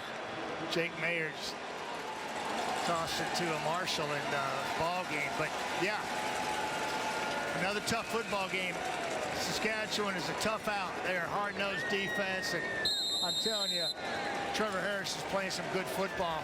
He was great on that final drive last night. Well, he was, and that win in Calgary. Yeah, in overtime. Right. It was incredible. I mean, he's been a nice fit with the Riders for sure. It's been it's a tough road for Dave Dickinson and his football team, but it doesn't get any easier. Hopefully Mark and Michelle can settle in a little bit. Didn't hear too much from him tonight. Reggie looked pretty good on occasions, but Jake Mayer didn't have a very good football game. And Winnipeg's defense had a lot to say about that. Clock ticks down on third down. Ottawa up next for Winnipeg. They still head out on the road. And Collaros is just going to heave one up. And that will do it. I think he was trying to get that in the stands. One for the fans. That's right. What do you think, Matty? Yeah, this is I think a good win for the Bombers. A tough one for Calgary. Tough out, but good start, poor finish by the Stamps, and vice versa for the Bombers. They finished strong and really dictated the last 3 quarters of play. The Winnipeg Blue Bombers get back on track at home, overcoming an 11-1 deficit, putting up 23 points in a row and coming away with a 24-11 victory. Good things early in this game from the Calgary Stampeders, but eventually the Winnipeg Blue Bombers took over on both sides of the football and pick up their 4th win of the season. Greg McCrae, a huge role in the victory tonight. Winnipeg victorious at home on Friday Night Football. That'll do it for us. Let's send it off to Sports Center next.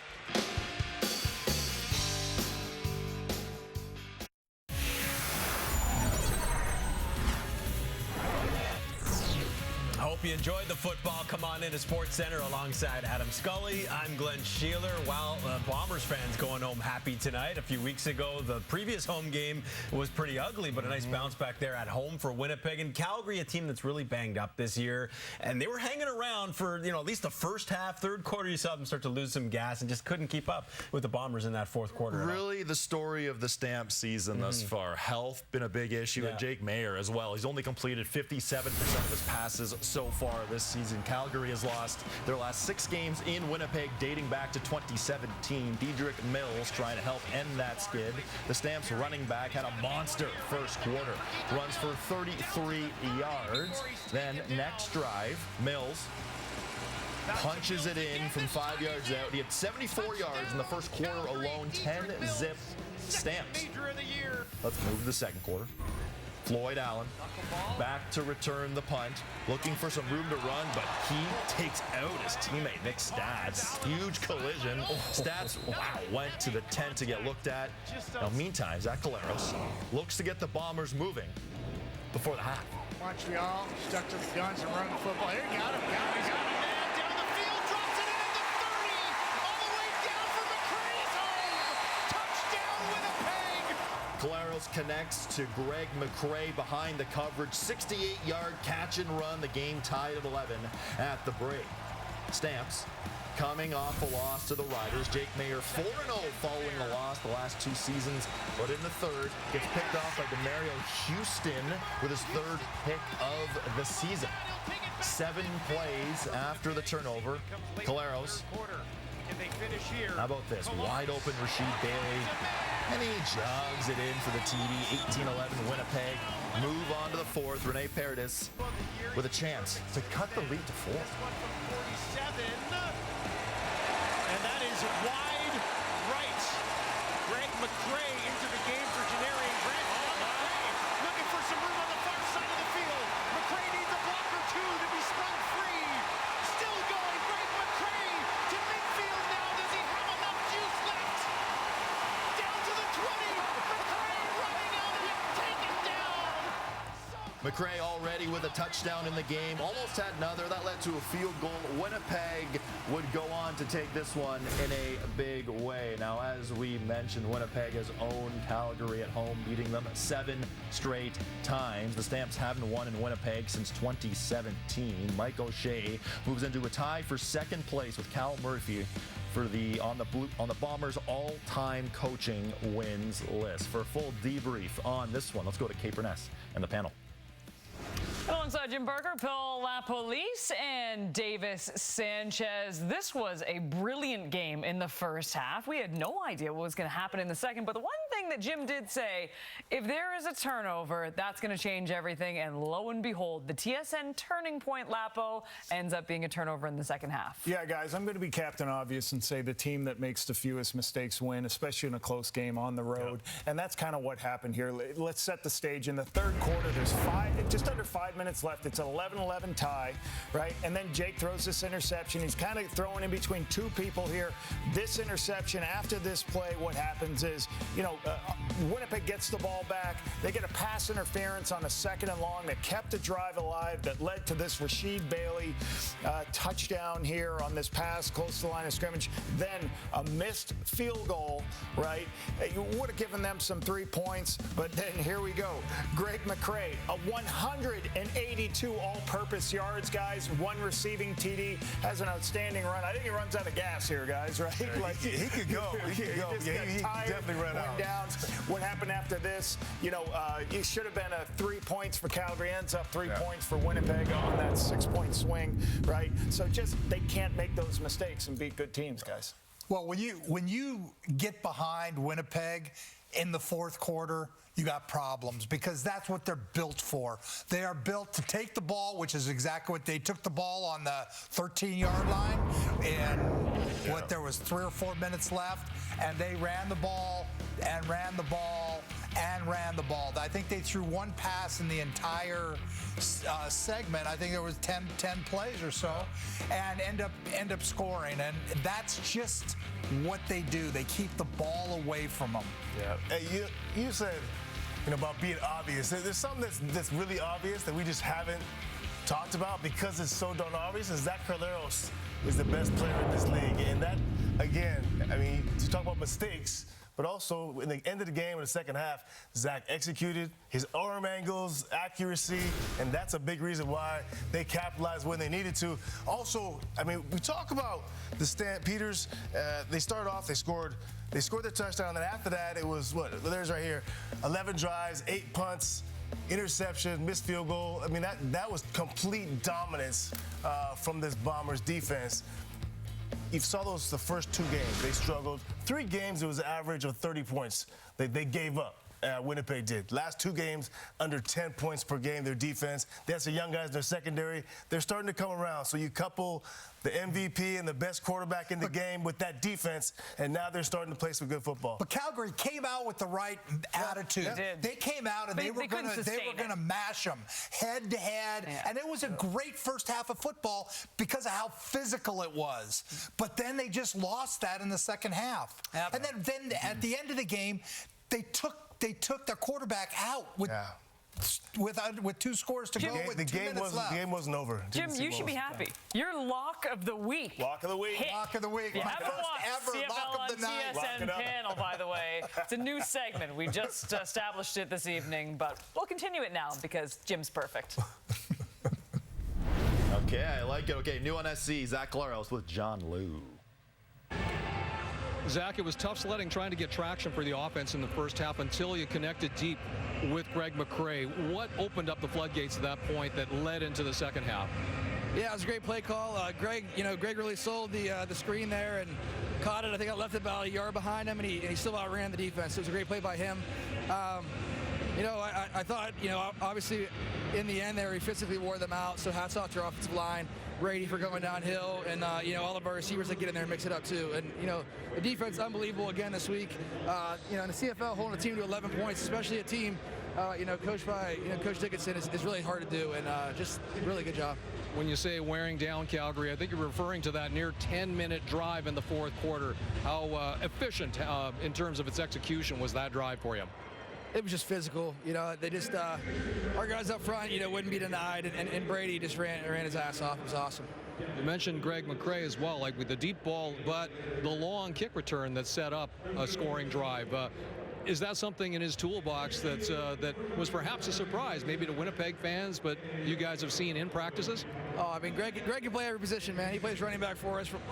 He's a running back in school, comes up here and he's starting wide receiver for us at one of the most important, positions in our offense. Now he's, Janarian went down there for a second. He's back there returning kicks. He could probably play corner too, so he's a great player. Well, thanks for the sack. See you.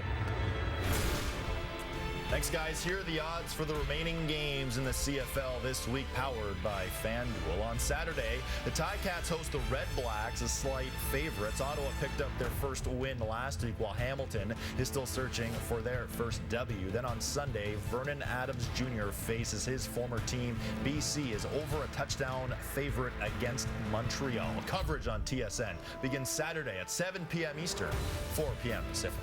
Let's go back to Winnipeg. New on SC, it's Adam Bighill with John Lou. Adam, it was a very close first half. Your defense held court, held serve as well. It's like, how satisfying was win within that context? Yeah, I mean, the second half, we came out and locked it down. I mean, got adjusted to some of the things they were doing, how they were attacking us. And, it was a tale of two halves for our defense. And sure enough, I mean, not letting them score in the second half is big. Being able to win on home field after what happened 2 weeks ago against BC, how satisfying was that part of it? Well, I mean, we expect to win. We practice to win, we play to win. Home or away, in the parking lot, in the sandbox, it doesn't matter. I mean, we're here to win, doesn't matter where we go. Just the fact that we're here tonight in front of our fans, and it's always special when we get to share these wins with them. Finally, Adam, the CFL community extends its condolences on your loss. The way that you and your team played in these last two games since your father's passing, would it be fair to say that you honored his memory in that way? Yeah, I mean, that's everything I want to do every single day of my life, is honor him. I just want to say thank you to everyone out there who's extended their condolences and support. It means a lot. It has helped me feel not alone. Life is hard, doesn't prepare you for these things, and a lot of people had to deal with this. It's tough, but thank you to everybody. Much love. Thank you for this, Adam. Thanks. Emotional stuff there. Good stuff. Welcome back. Bombers beat the Stamps 24-11. New on SC. Here's Dave Dickinson. Well, we did have a good start. It's a 60-minute game, and we didn't adjust to what they were doing, and they took it to us in the second half. So, good team. We gotta find ways to be better, though. We gotta make plays. You just can't kind of just stall and not move the field and turn the ball over. So we just ran out of gas on defense. They played hard, but Winnipeg outplayed us. That's the way it is. Dietrich Mills was really chipping away, but finishing with 122 yards passing. I mean, how do you get that balance? Yeah, you can't win with 122 yards passing. It's not going to work. You're right. So, and then we got to find ways to push the ball downfield, but that takes protection as well, and seeing and design and winning one-on-one matchups. They got a good defense. I'll give credit, but we have to be better. We have to be more explosive. Can't win with that production passing the ball. Do you feel like your offensive line held up? No, but I think they're battling. The reason I say no is because it's got to be all 12. We have to do a better job, and yet the quarterback has to do a better job, and coaches have to do a better job. So it's 100%. It's a group, but you can't tell me and look at that there anyone with an offense there can look in the mirror and say that we played a good game. We're not at our best, and we can't win with that. Dave, considering that Reggie came back perhaps earlier than expected, what did you think of his game, especially he had Yeah, I see how sore he is. The guy is he's just built different. I believe he takes care of his body better than most. So hopefully he comes out healthy. I mean, we do have another long week, but we're on the road to Sask, and we got to find a way to get a win. We got to play better, though. We got to make sure that as a team we don't waste great effort with lack of execution. So we got to get after it. Coming out of the bye, if there were certain boxes that you wanted to tick, which ones made the grade? Where did you fall? It's a hard one to say you checked any box off. We came out with a good start, and we were affecting their quarterback, and we were stopping their run. But 60-minute game, so if you can't do it for 60, it's not a checked box, and unfortunately we probably didn't check any boxes tonight.